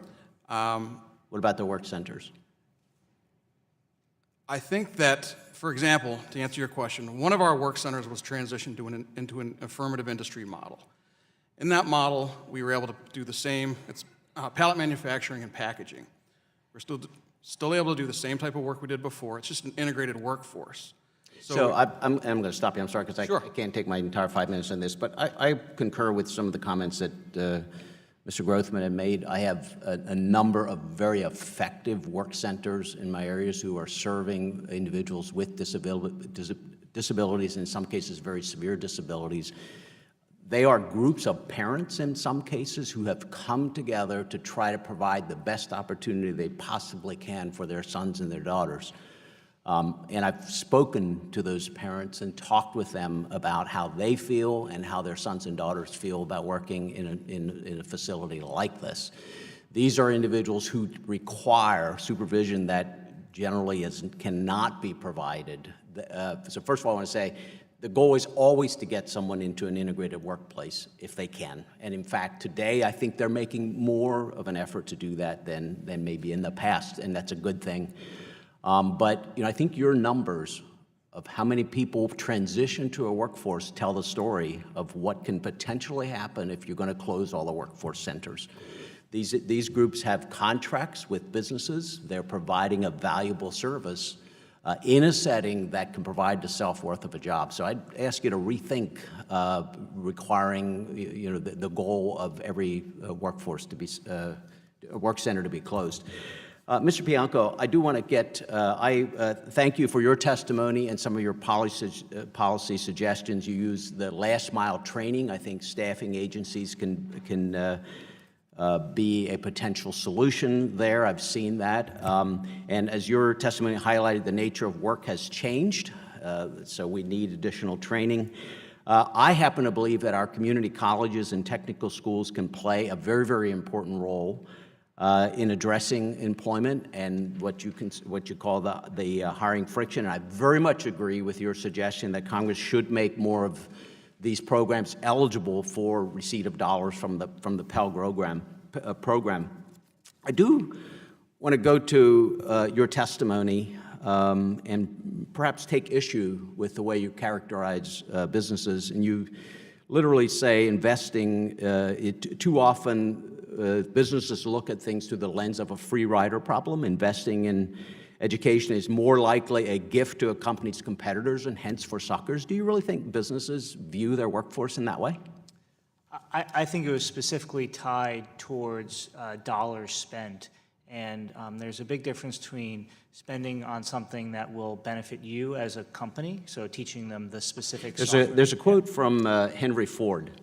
The only thing worse than training your employees and having them leave is not training your employees and having them stay.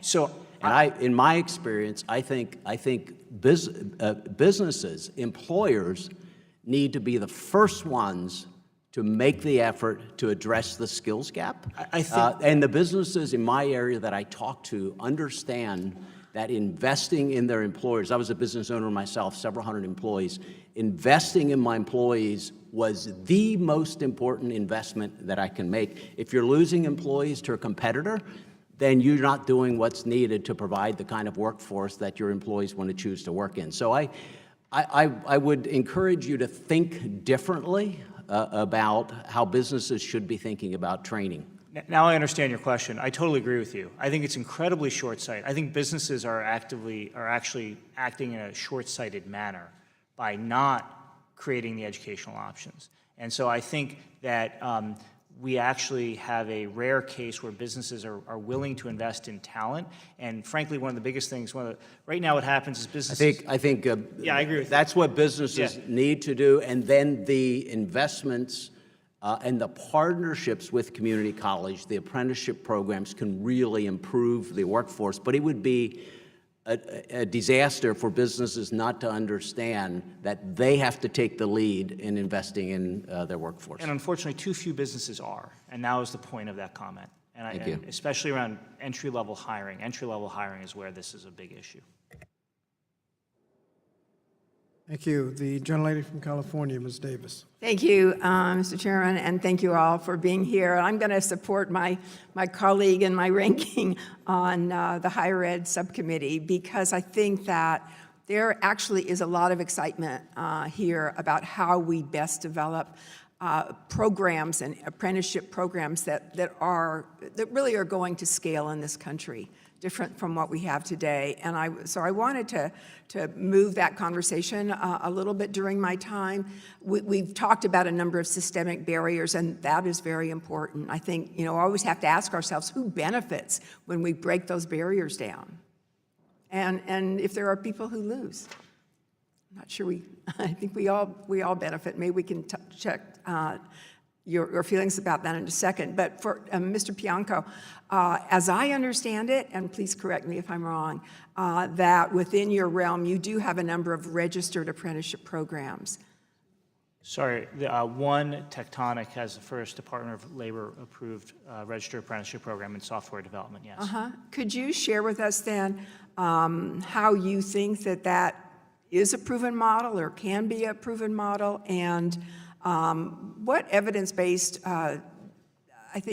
evidence do we have basically that creates a more portable system for anybody who's engaged in that process? Yeah, so Tectonic's a wonderful program company. What they do is they recruit from workforce investment boards, really top quality candidates who are overlooked in the traditional world. They use the WIOA dollars to train.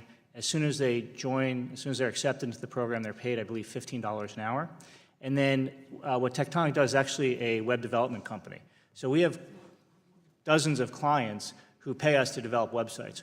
We immediately put those people, right after they're through a short training program off of WIOA, into actual work where they're getting paid far above minimum wage. These are highly functioning people. And then it solves two problems, because at the end of the program, they're actually then, we encourage, after someone's done 1,000 hours, to be hired by the ultimate company. Right. So that's how it functions as an apprenticeship program. And so when we talk about a registered program, and I think in the ranking chair and I certainly have a great deal of interest in this, but sometimes there are some differences in terms of how federal dollars are invested, where they're invested, and whether or not we need to ensure that the programs are portable. So Yeah. And I want to point out one issue around diversity, which I think is very important, that that eliminating friction from students matters. So Tectonic has an extremely diverse population. 82% of the population is diverse. If you look at a picture, it will look like America. 33% are female. This is in a coding environment. 37% are people of color, and 30%, perhaps most importantly, are veterans. And so I think what you're seeing is if you allow employer pay models to take over, you enable a much more diverse workforce in our technology community and the high-wage jobs that go along with it. And I think that's critically important. We're seeing that. Make School is another example. I won't go on. But yeah, would you say also, though, that the standards that they've set as being a registered program also has benefit, and maybe what drives, in many cases, the opportunity for them to receive that investment from the federal government? I think the registration program overall is useful. I'm not sure it's a sine qua non. I'm not sure it's like the only thing that matters. I think actually employer acceptance is a lot more important. So, and I think the registration process tries to get at that. I think the registration process was designed for a different age. Yeah. So as we look into software and other areas, I would encourage us to think about how we can modernize. Right, yeah. I think that the other thing that's critical there is we have a number of states that actually don't have any oversight for apprenticeship programs. So that's one of the things that, in terms of the infrastructure that we need to build. But I also wanted to just mention that, we're talking about investment now, and you mentioned $1 billion. And in fact, that Secretary DeVos talked about this today. I think if we were to look at the European models, which we've touted, and we see the infrastructure that's been developed there, not just with the businesses, but also with the school system, that's really critical in terms of counselors and advice that students get, data, et cetera. They're spending a whole lot more. I mean, ratios to what they're doing, they've obviously been at it a whole lot longer than we have, and they have that history. So I think we just want to acknowledge that I'm glad that we're moving in that direction, but we're really not investing in the way that we should if, in fact, we believe that this is one of the ways in which we really can address some of these systemic problems, but also generally just the workforce development that we need in this country. I think you've hit on exactly the right point. We don't invest in the apprenticeship piece, but we invest a lot in the education piece. And so I think reallocating some of those dollars to better reflect what we're trying to accomplish with education and workforce is really critical. So I welcome that suggestion. Thank you very much. Thank you. Gentleman from Maryland, Mr. Trone. Thank you, Mr. Chairman. Roughly 600,000 individuals are released from incarceration every year. On July 19th, the BOP will update their records this year based on additional sentence reduction based on the first good behavior from the First Step Act. So more than ever are going to be released shortly coming up. Can we just run through the four folks, just two quick bullets, what you think are the top first and second points that we should be digging into to have a strategy backed by research, what works and what doesn't, to have successful reintegration. Start over, Mrs. Byrd. Yep, two quick points. One is that reintegration actually does not start at the point of reentry. Reintegration actually starts before. And so a couple of things. Through WIOA, we could think about the floor that is set to support correctional education and increase that for adult education. Just 6% of folks who are incarcerated have a post-secondary education, and 30% lack a high school diploma. So that's one quick thing with some research backed up. This is not my area of expertise, so if I could yield my time to Ms. Byrd or another panelist. Well, I'll go on one more thing that we can definitely do. As we talk about reentry, we talk about a couple of different things. Reentry is really important not only for the individual themselves, but their families and all the collateral consequences. So another thing we can do, as we already discussed, is think about employers and in hiring practices, so that whether that's through ban-the-box efforts coupled with Workforce Development Board partnerships, they can create pathways to work will be important. Mr. Roos? Again, not my level of expertise either, but what I will say is we've referenced them a couple of times today is the Office of Vocational Rehabilitation. A lot of supports in place for people who have been incarcerated, getting off to a good start, getting those supports in place, and the services needed from the get-go to be successful in transitioning back into the workforce. Again, totally outside of my wheelhouse. I would just advocate that any efforts not ignore the needs of older workers who are reentering the workforce. Let's go back to the ban-the-box. 34 states and more than 150 cities have adopted a ban-the-box policy providing applicants a fair chance at employment, removing the conviction history from job apps, delaying background checks. At this point, 3/4 of the U.S. population lives in a jurisdiction that has some kind of ban-the-box. My company has personal experience in this area. I have over 7,000 employees. We banned the box a number of years ago and have hired hundreds plus of folks in ban the box. And what we're getting is better retention rates, a win, second chance for folks that works out better for everyone. So is it time for Congress, Ms. Byrd, to expand ban the box and fair chance hiring to the private sector across the country? Well, yes, simply put, the evidence does bear out that there does need to be, again, some federal role to help support and incentivize the private sector to do this, and also that folks who are returning from incarceration need to be judged on their own merits, not anything in their past based on what they can do in their employability skills. What do you think is the key to convince employers, because this needs to be a partnership between employers and the government and the BOP. How do we convince employers that these folks that have a lower level of skill set, and we got to do, its key is starting before release, I completely agree. What do we do to convince these companies that they need to be aggressively looking to, and getting the word out, that they're looking for great workers who want a second chance? Yeah, well, the number of employers are already doing it in partnership. So we have a number of hospitals, for example, in Baltimore, Johns Hopkins, who really consider. But 55% of the folks, 1 year out, never get a job. Yes. So a number is not working for us. Yes. 55%, no job. Yes, and so one of the things I think that we definitely need to do is to look at where it is happening around the country and to assess how are they changing their human resources policies, because once the workers are in, whether they're a young worker or old worker who's been impacted by the criminal justice system, they do have higher retention rates. So that's do a little bit learning of what's happening around the country and lift it up at the federal level. Okay, thank you. Thank you.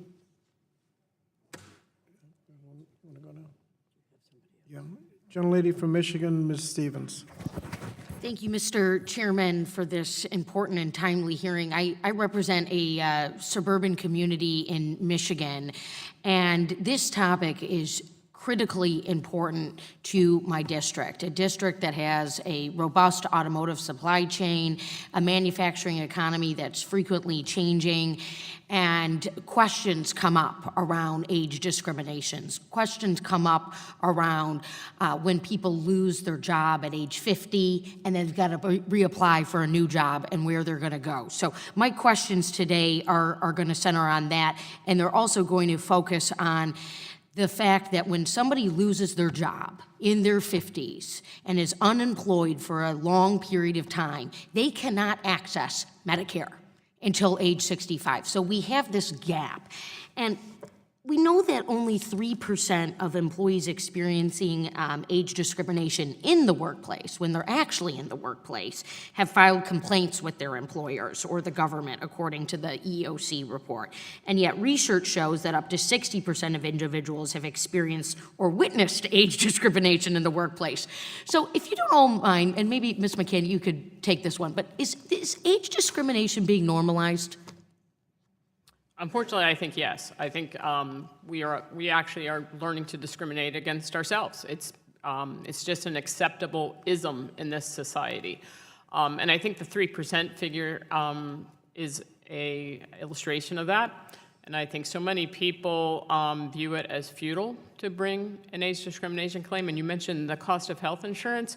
A lot of workers, when they know that they're going to face this heightened burden of proof in an age discrimination case, say, I would rather take the resources, both my time, my emotional energy, and my monetary resources, and use that to pay for health insurance or pay for my kids' college education or pay my mortgage, rather than try to win an age discrimination case. Well, I'm a proud co-sponsor of the Protecting Older Workers Against Discrimination Act. There's obviously needed legislation, and there's also this cultural conversation that we need to have around our workforce. And this is what the Ed and Labor Committee, by the way, is prioritizing as part of our cultural values, the value of work, that you matter. So let's talk about the legislation for a minute. If this important piece of bipartisan legislation was enacted, how does this affect the EEOC's effectiveness in countering unlawful age discrimination cases? I think it would help the EEOC immensely, because again, we would restore the burden of proof to age discrimination claims. They would not, as private plaintiffs as well, they would not have to produce more quantitative, more evidence and more compelling evidence to prove age discrimination. It's really critical, important. Civil rights statutes don't just compensate victims, it deters future discrimination.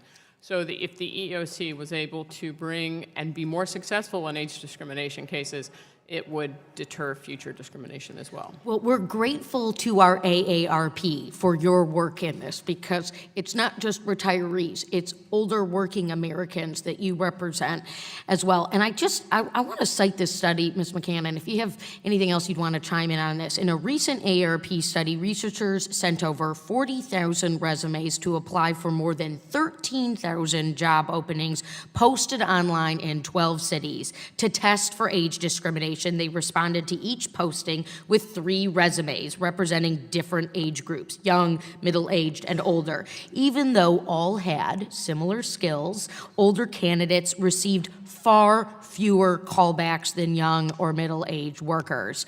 What does this data tell us, Ms. McCann? I think it confirms what every long-term unemployed older worker knows in their gut, that age discrimination is going on. When they send out those resumes, when they press the apply button online and never hear back, they have this gut feeling that I think it's my age. And research such as that confirms that, yes, when you do have similar resumes, similar candidates, and the older worker is not getting the interviews, the callbacks, that age is at play in the hiring.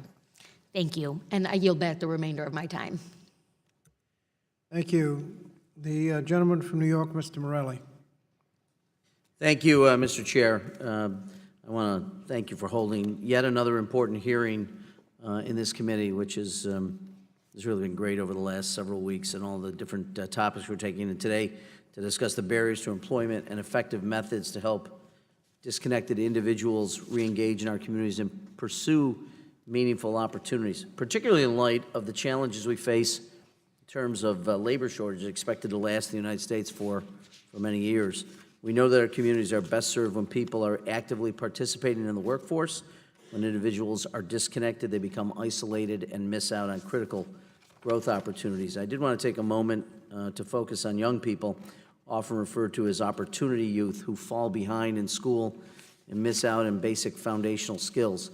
As a result, prospects for a stable and productive life become increasingly unattainable. In my home state of New York, there are over 250,000 opportunity youth. These young people have been left behind and we are missing out on their potential to strengthen communities, fill the gaps in our workforce, and create a better life for their families and themselves. Identifying at-risk youth and taking preventive measures to keep them engaged in school and our workforce is critical to decreasing the number of disconnected youth in our nation. In my district of Rochester, New York, our community has recognized this need for preventive measures and taken innovative steps to provide the tools, training, and support to keep students from falling through the cracks and missing out on the chance to lead a full and productive life. And I wanted to just highlight two quickly, if I might. One such effort, the Multi-Craft Apprentice Preparation Program, or MAPP, is a unique partnership between the building trades and historically disadvantaged youth. MAPP is dedicated to helping those facing or at risk of facing the devastating impacts of poverty by training and engaging youth in building and construction trade apprenticeships. And they have been a very, very effective organization in the construction trades. Enacting preventive measures within schools is another key piece of the puzzle. In my district, a partnership between East High School and the University of Rochester has completely transformed the outlook of the once failing high school. East High integrates a myriad of systems that provide comprehensive and high-quality services to support a diverse student body. The school uses a restorative justice approach with systematic support of counselors, social workers, and comprehensive health services for their students. They're also committed to promoting the social and emotional health of teachers, students, and their families. And I'm proud to say that in just the first 3 years, the graduation rate has gone from 33% to 61% of students. Suspensions are down and test scores have increased. These programs demonstrate that through meaningful partnerships, holistic approaches to education, and commitment from the local, state, and federal level, we can keep students engaged, build our workforce, and strengthen our communities and economy. And I would like to ask Ms. Byrd, in your testimony, you touch on the barriers to employment that come from lack of investment in education, child care, and other critical supports. Could you just share your thoughts on the importance of a holistic approach to education and the importance of integrating support systems, something I'm very interested in as it relates to social, educational, and healthcare services to help reduce the number of opportunity youth in the country? Sure. All of what you said is critical, and I really commend the work that is happening locally in your district. So as you already articulated, there was no one-size-fits all. We have to work on school discipline and school climate issues so that young people don't get pushed out of school and leave prematurely. And so restorative justice strategies are important ingredient to that comprehensiveness that we need to focus on. But at the same time, for young people who aren't in a traditional school system, we have to figure out ways to re-engage them, and that may be through a program that is supported through the WIOA or through a community-based organization. And so that includes partnerships like with the building trades. And apprenticeship is really important, but for opportunity, they need on-ramps sometimes. And so we need to really think about what is the role of pre-apprenticeship in terms of workforce preparation, work readiness, and all the other supportive services. So absolutely, a supportive services model is one that we should really be thinking about. I appreciate that, particularly comments about the pre-apprentice, which I am a big supporter of. I'd just like to also follow up. One of the things that I think is so important is that we remember individuals come from families.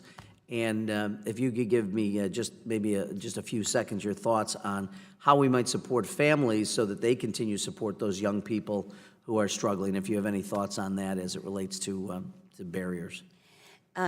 So at CLASS, we've done some research on low-income families, and we've found that many young people are living in families where they are working more than one job, and that does not allow them the fair wages that they need with the supportive schedules, as well as the benefits that they need, like paid family medical leave. And so we have to support what happens in families as well as the young people. Again, as a result of segregation, isolation, we need to do all of those things in order to put young people on a pathway. Thank you to all the witnesses, and I yield back my time, Mr. Chair. Thank you. Gentlelady from Nevada, excuse me, gentleman from Michigan, Mr. Levin, I'm sorry. Thank you, Mr. Chairman. And the gentlewoman from Nevada's time is coming soon, I'm sure. I just want to start by thanking the chairman for his really tremendous leadership in this area. These barriers to employment are so important to overcome. and we've got bills we're moving, and I'm very grateful for that. And also to thank Mr. Gross. There's nothing requiring him to be here. He is out here as a champion for justice for older workers, and I want to thank you so much, sir, for your ongoing efforts in this regard. Ms. McCann, I want to ask you a broader question beyond POATA, what we should be doing. It's so important that we pass it. Obviously, I'm an original co-sponsor, but you know, I used to run the workforce system of the state of Michigan, and when we created our No Worker Left Behind program and put 162,000 workers back to school to study for in-demand jobs in community colleges and universities and so forth, so many of them were older Americans who had been unjustly, terminated or separated from employment. I think of the gentleman who had been in college and then his dad had a heart attack, and his mom said, you know, we all have to pitch in here. And then here he was, running a retail establishment, I'll just say, in Bay City, Michigan, and they looked at him and they basically said, wait, we could get some much younger person at a less price, and they made some excuse, and under our current legal regime, that, you know, he couldn't obtain justice. So this is affecting so many workers. What in addition to POATA should we be looking at legislatively or otherwise? Thank you for that question. As you say, POATA is not going to fix everything, and someday AARP hopes for the same sort of restoration act for the ADA that the Americans with Disability Act got in 2008. But there are a couple things I will mention. I mean, just last year, Representative Grothman introduced a bill that would expand the coverage of the ADA, would require employers with 15 or more employees instead of 20 or more employees to not discriminate based on age. A modest change, but would have an important impact. I think most critically, we need to make sure job applicants are protected, given the rampant hiring discrimination and the most recent, media attention to the targeting based on age on Facebook and other platforms.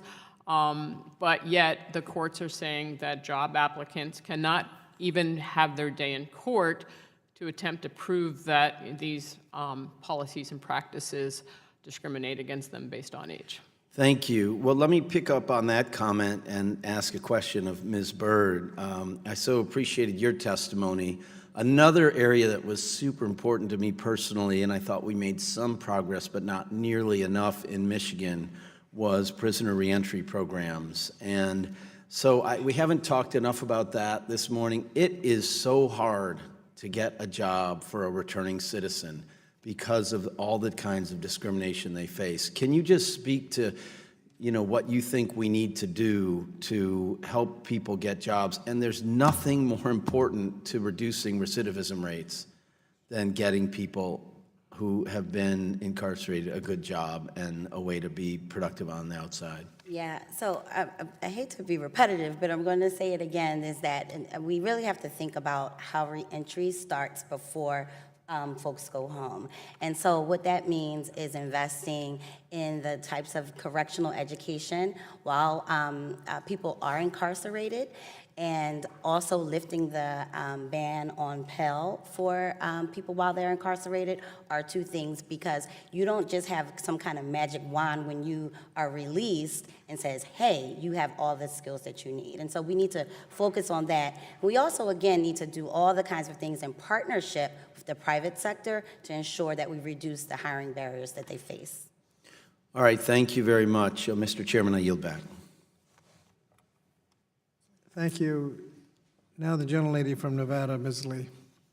Thank you, Mr. Chairman, and I want to thank all of you for being here today. I want to thank the chairman for having this incredibly important hearing. This is an issue that has such important resonance for me. My father was laid off at the age of 56 and sadly never found gainful employment after that, and really watched him suffer with depression the rest of his life. And so taking on this issue and also looking at how we're evolving in this economy. It's not just the skills that are changing, that are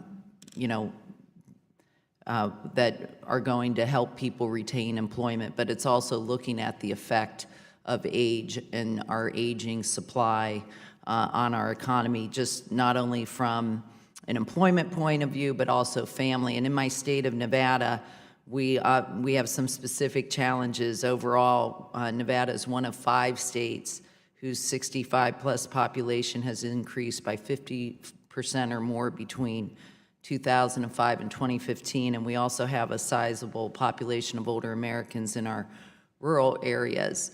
And last week in this committee, I was also proud to participate in the Older American Act and work on legislation that's critical to ensuring that we are in tune with this important segment of our population. Ms. McCann, I just want to discuss with you the viability of older workers staying around longer in the labor market, and it seems that Congress has made it necessary for them to do that by raising the retirement age in order to collect Social Security. In fact, some people in this Congress are considering raising the age even further. And given that we know that Social Security plays such a critical role in lifting millions of people out of poverty, specifically about 15 million Americans over the age of 65, what would be the impact on the economy of raising the retirement age without addressing age discrimination in the labor market? Thank you for that question. I do think that raising the Social Security age without considering the impact of age discrimination is very short-sighted. It exacerbates an already very significant problem. So the vast majority of older workers are working because they need the money.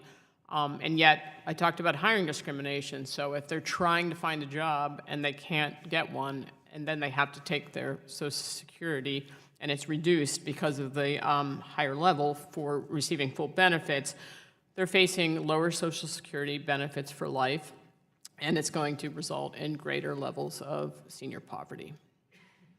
Yeah, we're definitely seeing that. I can't tell you how many times in my community when I'm out, whether it's, I'm seeing older and older Americans out trying to make ends meet, so incredibly important. I also I wanted to follow up at, as you know, today's workforce is more mobile than it's ever been.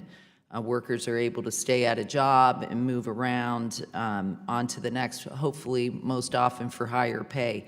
Would you say that's true for older Americans as well? Actually, it's one of the greatest assumptions and stereotypes that older workers are not going to stay in a position very long because they're just waiting till they're able to retire. And the research shows the opposite, that they have significantly longer tenure than younger individuals. And it's no, black mark against the younger workers. They're just following the money. They don't have the defined benefit pension plans and other benefits that caused earlier generations to stay for an employer for their entire career. But unfortunately, the assumption is still there that it's the older worker that's going to leave soon and not the younger worker. And I see those type of cases all the time where someone is denied a promotion or denied training opportunities because of the assumption that they won't be there very long. Yeah. I want to follow up also along the lines of automation in terms of not only how it affects discrimination, but also what's the effect on older workers and the workforce transitions that will be needed to transition workers into occupational categories. Can you talk about how that pertains, your perspectives on that with older Americans? Sure. I think our country underperforms in our efforts to help displaced workers back into the labor force when they've lost their jobs due to automation or outsourcing to contingent workforce. And so we definitely need more funding for our workforce development systems. We need to focus on some workforce development centers, the Senior Community Service Employment Program, trade adjustment assistance, and others. It's very important for older workers. Great. Thank you very much for your time. I yield back. Thank you. Thank you. Gentleman from Virginia, Mr. Klein. Thank you, Mr. Chairman. Thank the witnesses for appearing today. We have the lowest unemployment rate in 49 years, but yet only 13% of the population believes that college graduates are well prepared for success in the workplace. Part of this issue comes from more than 51% of students wishing they could change their major, but other parts stem from that college or degree simply not being a good fit. Students are individuals, and as such, we should be encouraging the best fit for each. There are many opportunities that work for students beside just baccalaureate educations, and as lawmakers, it's our duty that opportunity and flexibility is extended to a variety of professional paths, including career and technical. So I'd ask Mr. Pianko, how can the private sector do a better job of partnering with post-secondary institutions to ensure that the proper skills are being developed so that the workforce gap closes even further? Yeah, thank you. I think what we've talked about today is that there needs to be a new class of intermediaries that are private sector in nature, primarily between education and employment. And what we've seen happen is that too many times when you go through college, you don't get the result that you want, and whether you drop out or you graduate, you don't get a job. My colleagues Ryan Craig and Cassie Leventhal just did a whole listed 250 alternative pathways to employment, and I think you're going to see alternative pathways to employment grow and around the edges of higher education, and I think you're going to see higher education change, because you're going to see higher education need to adapt some of those models. Otherwise, you're already seeing enrollments going down for the reasons you cited, and I don't think that's going to end. Exactly, and with just 58% of students completing their education within 6 years, financial issues are often being cited as a common issue with completion. Do you have some steps that you would suggest that we take to address this specifically? The fundamental problem here, the reason ROI has gone down, right, return on investment, and why it suddenly doesn't make sense anymore for a lot of people to think about college, is not because the wage premium hasn't gone down, right? You can still make more if you go to college. It's because the cost of college has gone up. And so, there are a lot of reasons. People have written doctoral theses on why the cost of college has gone up, but the cost of college has exceeded the rate of inflation for about 30 years by about 3% a year. So at this point, it takes someone working about 2,000 hours a year to pay for college, if they can, even in a state school, whereas if you went to school in the 1960s, it would have taken you about 200 hours. And so you have this massive explosion of cost with continued wage premium, but not enough to justify. And so I would encourage you to consider ways to limit the rising cost of college, and I think a lot of it has to do with how our federal financial aid system is structured.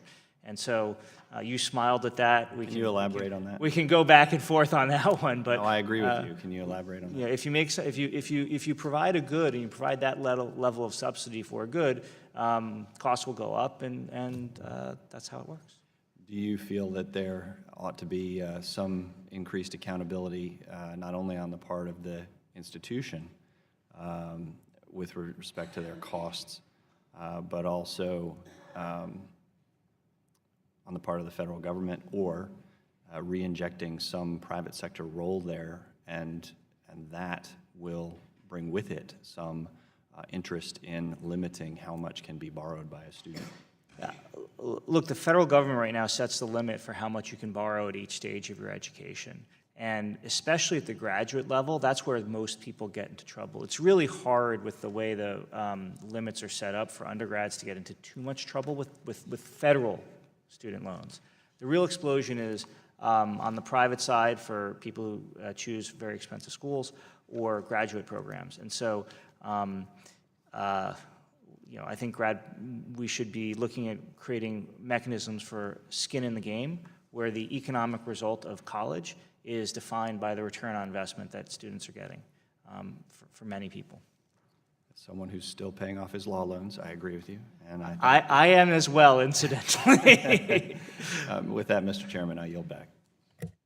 Thank you. The gentlelady from Washington, Ms. Jayapal. Thank you, Mr. Chairman, and I just want to say thank you so much for your leadership on these critical issues and continuing to just be unflagging and breaking down unfair barriers to unemployment. Thank you all for being here. My home state, Washington State, just ended the sub-minimum wage, and during the testimony in the legislature, Josh Major, a worker with a disability, told the legislature, "Just because I dance to the rhythm of the rain doesn't mean I should be underpaid. I am a great worker and bring many positive attributes to my job and deserve an equal and livable wage."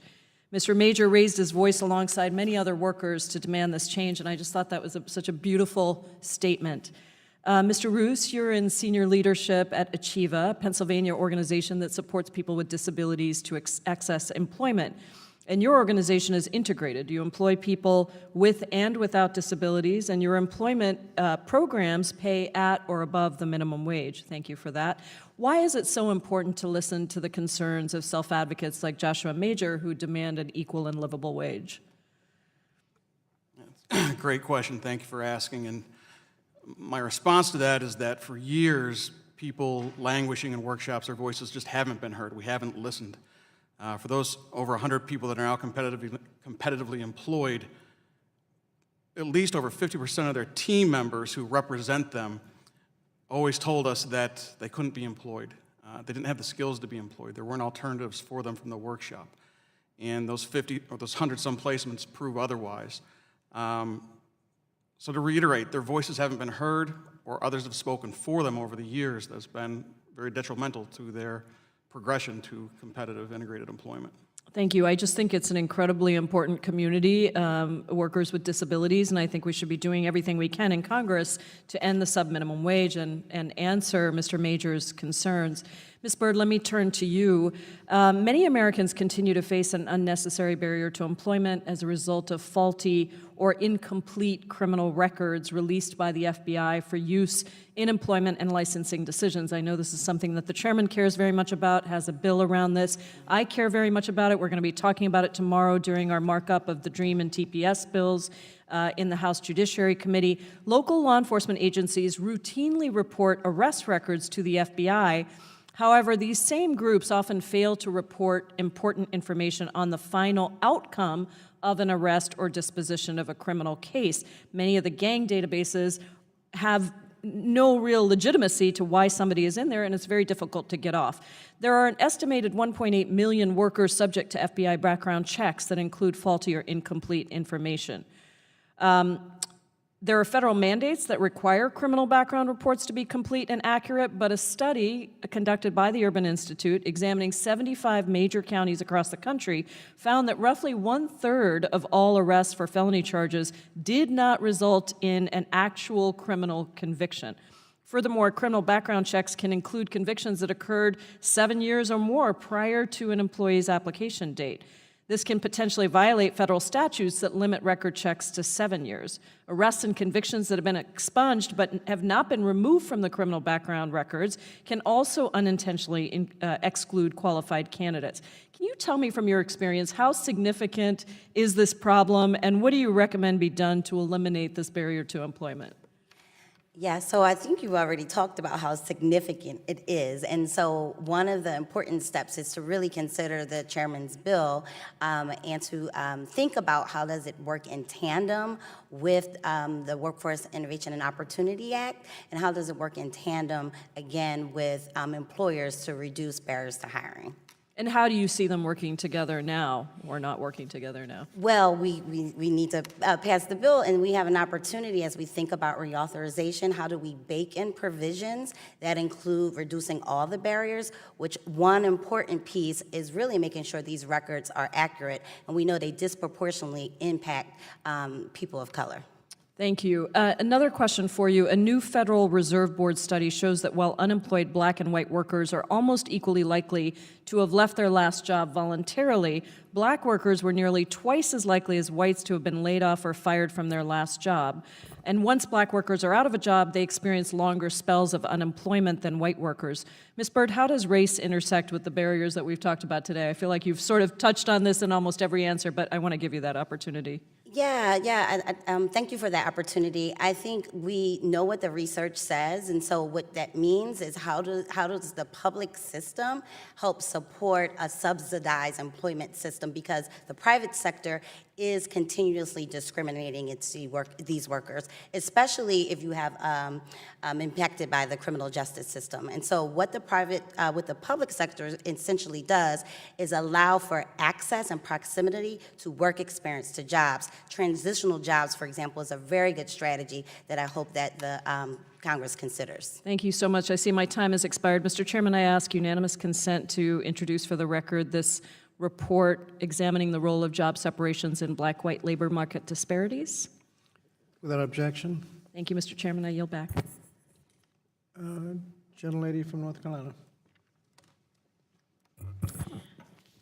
Thank you, Mr. Chairman.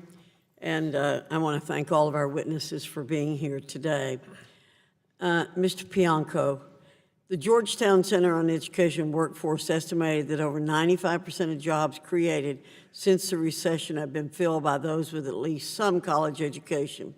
Yet you identified in your testimony that over 40% of college graduates are underemployed because they took a job after graduating that does not require a degree. It appears employers are over-reliant on using a college diploma as a candidate filter for their open jobs. To what extent is this contributing to the skills gap?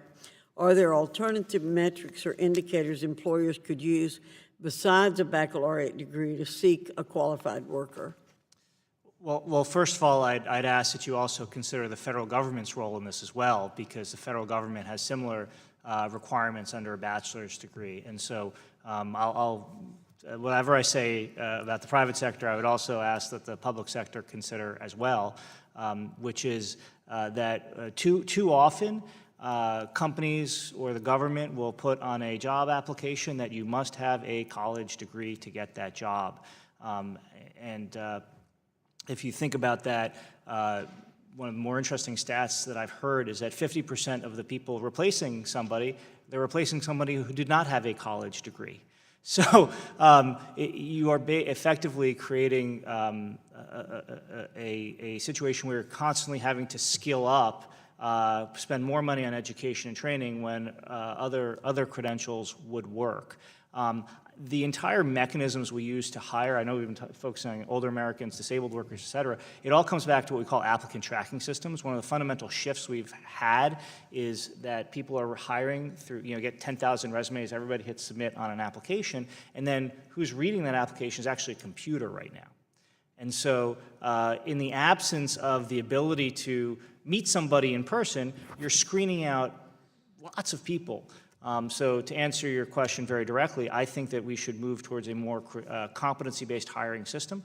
We need to create the marketplace for competencies so that people from other backgrounds can take advantage of job opportunities. Thank you for bringing forth the comment about the federal government. I am concerned about that, and it's a very appropriate thing to bring to our attention. You also said in your written testimony that younger people today are seeking summer entry-level work at a much lower rate than previous generations. And you point out that this lower workforce participation likely has negative effects on soft skill development. How do college admission processes perpetuate this downward trend, and what can be done to make sure we reduce barriers to a young person's first job? Yeah. The most important thing you can do for your kids is encourage them to go get a real job as early as possible, I believe, no matter what your background is, and I'm a firm believer in that. College admissions counselors, though, have been preferencing unpaid internships and travel, effectively, volunteer travel, over sort of the difficulties of work. And if you're able to work at the level that's required to pay 2,000 hours and still uphold a college or get through high school, you deserve a much bigger badge for distance traveled than you do for being born to the right parents. Thanks. I met with some people last week in the masonry industry, and they told me about a student in a pre-apprenticeship program who made $6,000 last summer working. So that's pretty impressive.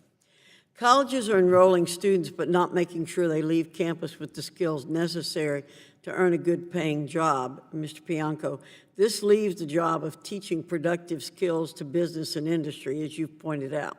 What's the benefit to employers of investing directly in both formal and informal workforce development programming for their employees, and what are some of the ways employers can reduce this hiring friction you identify in your testimony? First, I think which is actually, someone was a masonry pre-apprentice and made $6,000 in a summer. And I think too often, you mentioned BA degrees, too often we devalue trade work and other skills that actually create real opportunity, economic opportunity. for large populations, and may impact Ms. Bird's testimony as well. In terms of sort of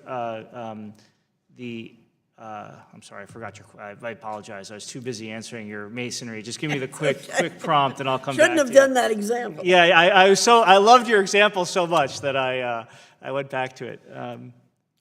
Well, you've talked a lot in your comments about the employers directly investing in. Yeah, and I think we are at a unique, and this is important for Congress to understand, we are at a unique point in time where employers are willing to pay to get people trained. If there is a time right now, I've listened to this testimony, I'm not an expert on the legal issues that have been discussed here. What I can tell you is you are at a unique point in time where you can bring back these disenfranchised communities into the world of work. Our portfolio companies are overwhelmingly serving and getting people jobs usually with no government funding, no payment on behalf of the future employer, into high-paying, good jobs. Because an employer right now will pay $30,000 for someone who can code for them. I can train someone for 10 to 15. A hospital group will train someone, will pay $80,000 to recruit a nurse. I can train someone, or Western Governors University, which operates in many of your states, can train someone for 40. And if you're interested in getting a diverse workforce and repositioning underrepresented minorities into high-demand jobs, this employer pay model is one of the most critical things to accomplishing that mission. Thank you, Mr. Chairman, but before I yield my time, I'd like to say to Mr. Bianco, we have to have a conversation after this hearing. You have violated a terrible... I wrote down a big note and crossed that off. Okay, we'll talk after. Thank you. Thank you. Recognize myself for 5 minutes. Let me follow through, Ms. Bianco, on that. As you know, you get a tax credit if you invest in equipment or technology that can make your operation more efficient, but you don't get a similar tax credit for educating your workforce. Should there be a similar tax credit? I would go much further than that, Mr. Chairman. I think you have a unique opportunity with HEA to actually integrate a massive funding stream into getting people jobs. And I would strongly encourage you to consider that. I mean, yes, there should be a tax credit, but you can't eat tax credits. We need cash on the table. Thank you. Ms. McCain, did I understand you to say that you can actually prove age discrimination, but that's not enough? That's exactly what I said, and that's what Mr. Gross did. He proved that age was a factor in his employer's decision to demote him, but since he was unable to also prove that it was the but-for decision, in other words, that the employer would not have made the same decision without considering his age, he was unable to prevail. Who has the burden of proof to show that there was no other motivating force? Right now, under the Gross decision, the employee, who is not in the position that the employer is to make that showing. Ms. Bird, you said we know it works on incarcerated, and you mentioned ban the box. Do you have evidence to show that that actually works? Yes, there has been evidence to show that it actually works, but we also know it doesn't go far enough because there still is discrimination against workers of color as well as young people. So we have to think about ban the box as well as other strategies. The EEOC suggested that if you don't have an individualized assessment of the criminal record, that it could be constitute illegal discrimination. Is that being used as a defense against improper use of criminal records? I'm not able to answer that. I'm not an expert in what the EEOC. You mentioned the inaccurate criminal background checks. Can you say a word about how bad a problem that is?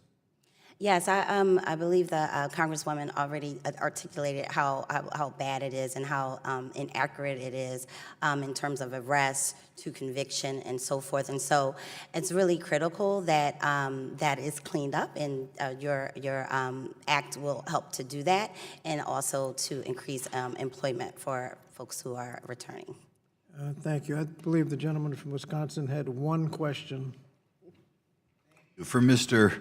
Ruse, Again, in your testimony, you said too many current certificate holders will not take that approach under their own volition. In other words, we have to force them out.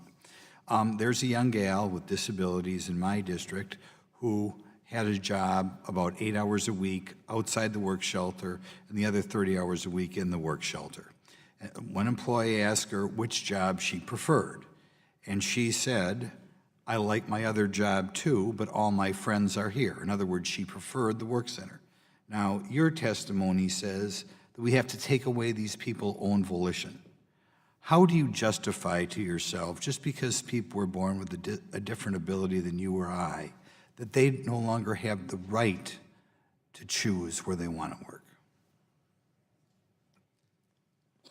I don't believe that we have the right to pay any person, disability or not, less than the minimum wage.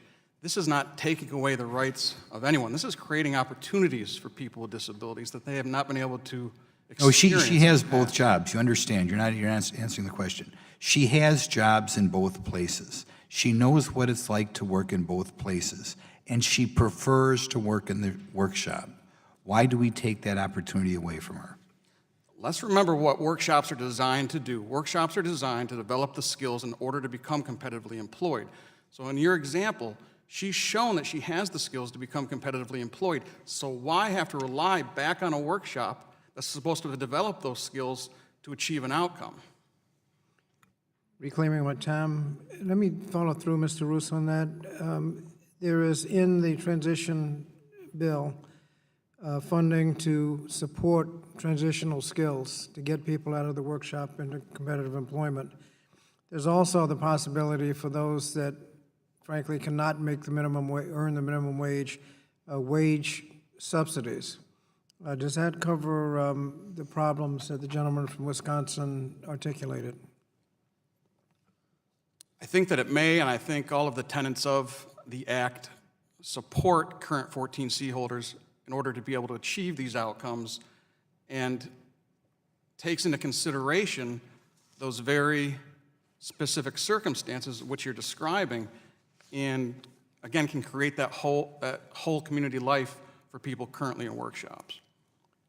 Thank you. That ends the member questions. Gentlelady from North Carolina, do you have a closing statement? Yes, sir. Gentlelady is recognized.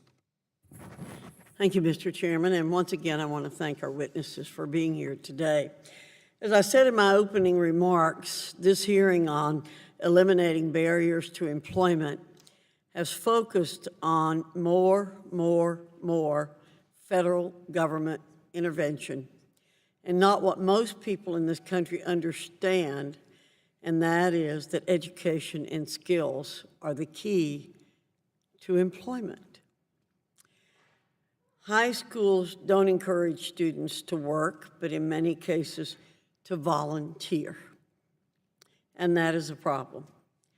Blaming amorphous entities or concepts such as the economy and structural barriers is a cop-out. The economy has created 7.1 million jobs that are unfilled. There's not one of us who doesn't hear from employers many times every week, "I've got all these jobs, I can't find people with the skills." You cannot walk into any business or industry in this country and not see signs up, "Help wanted." It's easy to blame someone or something else for one's failures. We all do it. Perpetuating that mindset does not help anyone, but actually hurts a person by helping them avoid the truth. We have learned some lessons, I think, particularly from Mr. Pianko's testimony today. Number one, the current system of higher education is falling short, and the cost to students, employers, and the economy is enormous. $1.5 trillion in debt for students. 40% of students are underemployed in their first job. And as I said earlier, there's 7 million plus unfilled jobs. The solution partly resides in the private sector, with intermediaries bridging the divide between schools and employers. But the federal approach to workforce development is to blame for perpetuating a failing system. As this Congress continues, this committee must consider comprehensive and true reform to the Higher Education Act.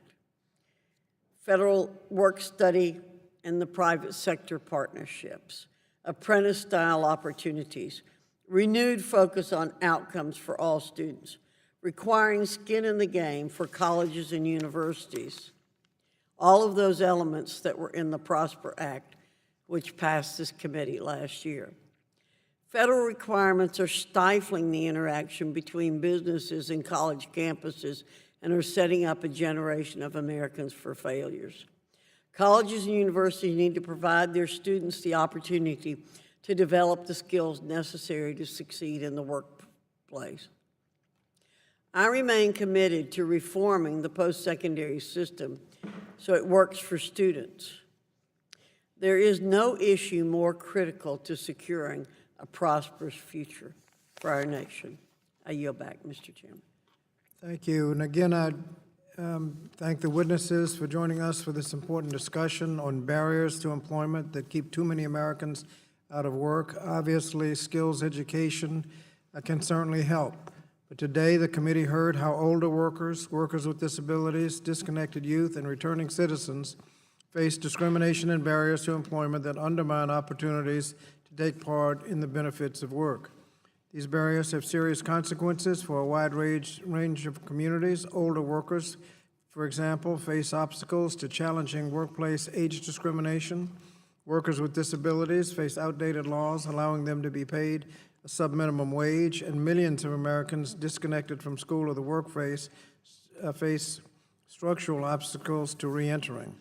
Yet what remains consistent across these obstacles is that when we work together to reduce these barriers, we strengthen America's workers, the economy, and our communities. Accordingly, Congress has a responsibility to ensure that all Americans can have access to employment and earn the financial stability and independence that come with work.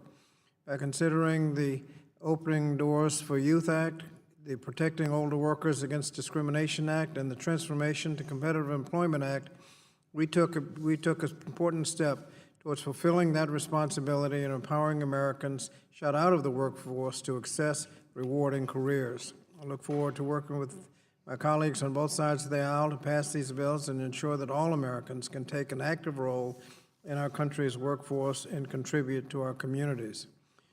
Finally, I'd like to ask unanimous consent to introduce into the record a letter of support for the Transformation to Competitive Employment Act from 19 national and 134 state and local disability organizations, the final report from the Advisory Committee on Increasing Competitive Integrated Employment for Individuals with Disabilities, convened as required by WIOA, which recommended to Congress to pass a bill to phase out Section 14C while providing resources to expand the capacity of competitive integrated employment. In a recent report from the National Council on Disability, the independent federal agency charged with advising the President, Congress, and other federal agencies regarding disability policies and programs, recommending that Congress pass a bill to phase out 14C while providing resources to expand the capacity of competitive employment. And a letter from Paralyzed Veterans of America in support of H.R. 1230, the Protecting Older Workers Against Discrimination Act. Is there further business to come before the committee? If not, the committee is now adjourned.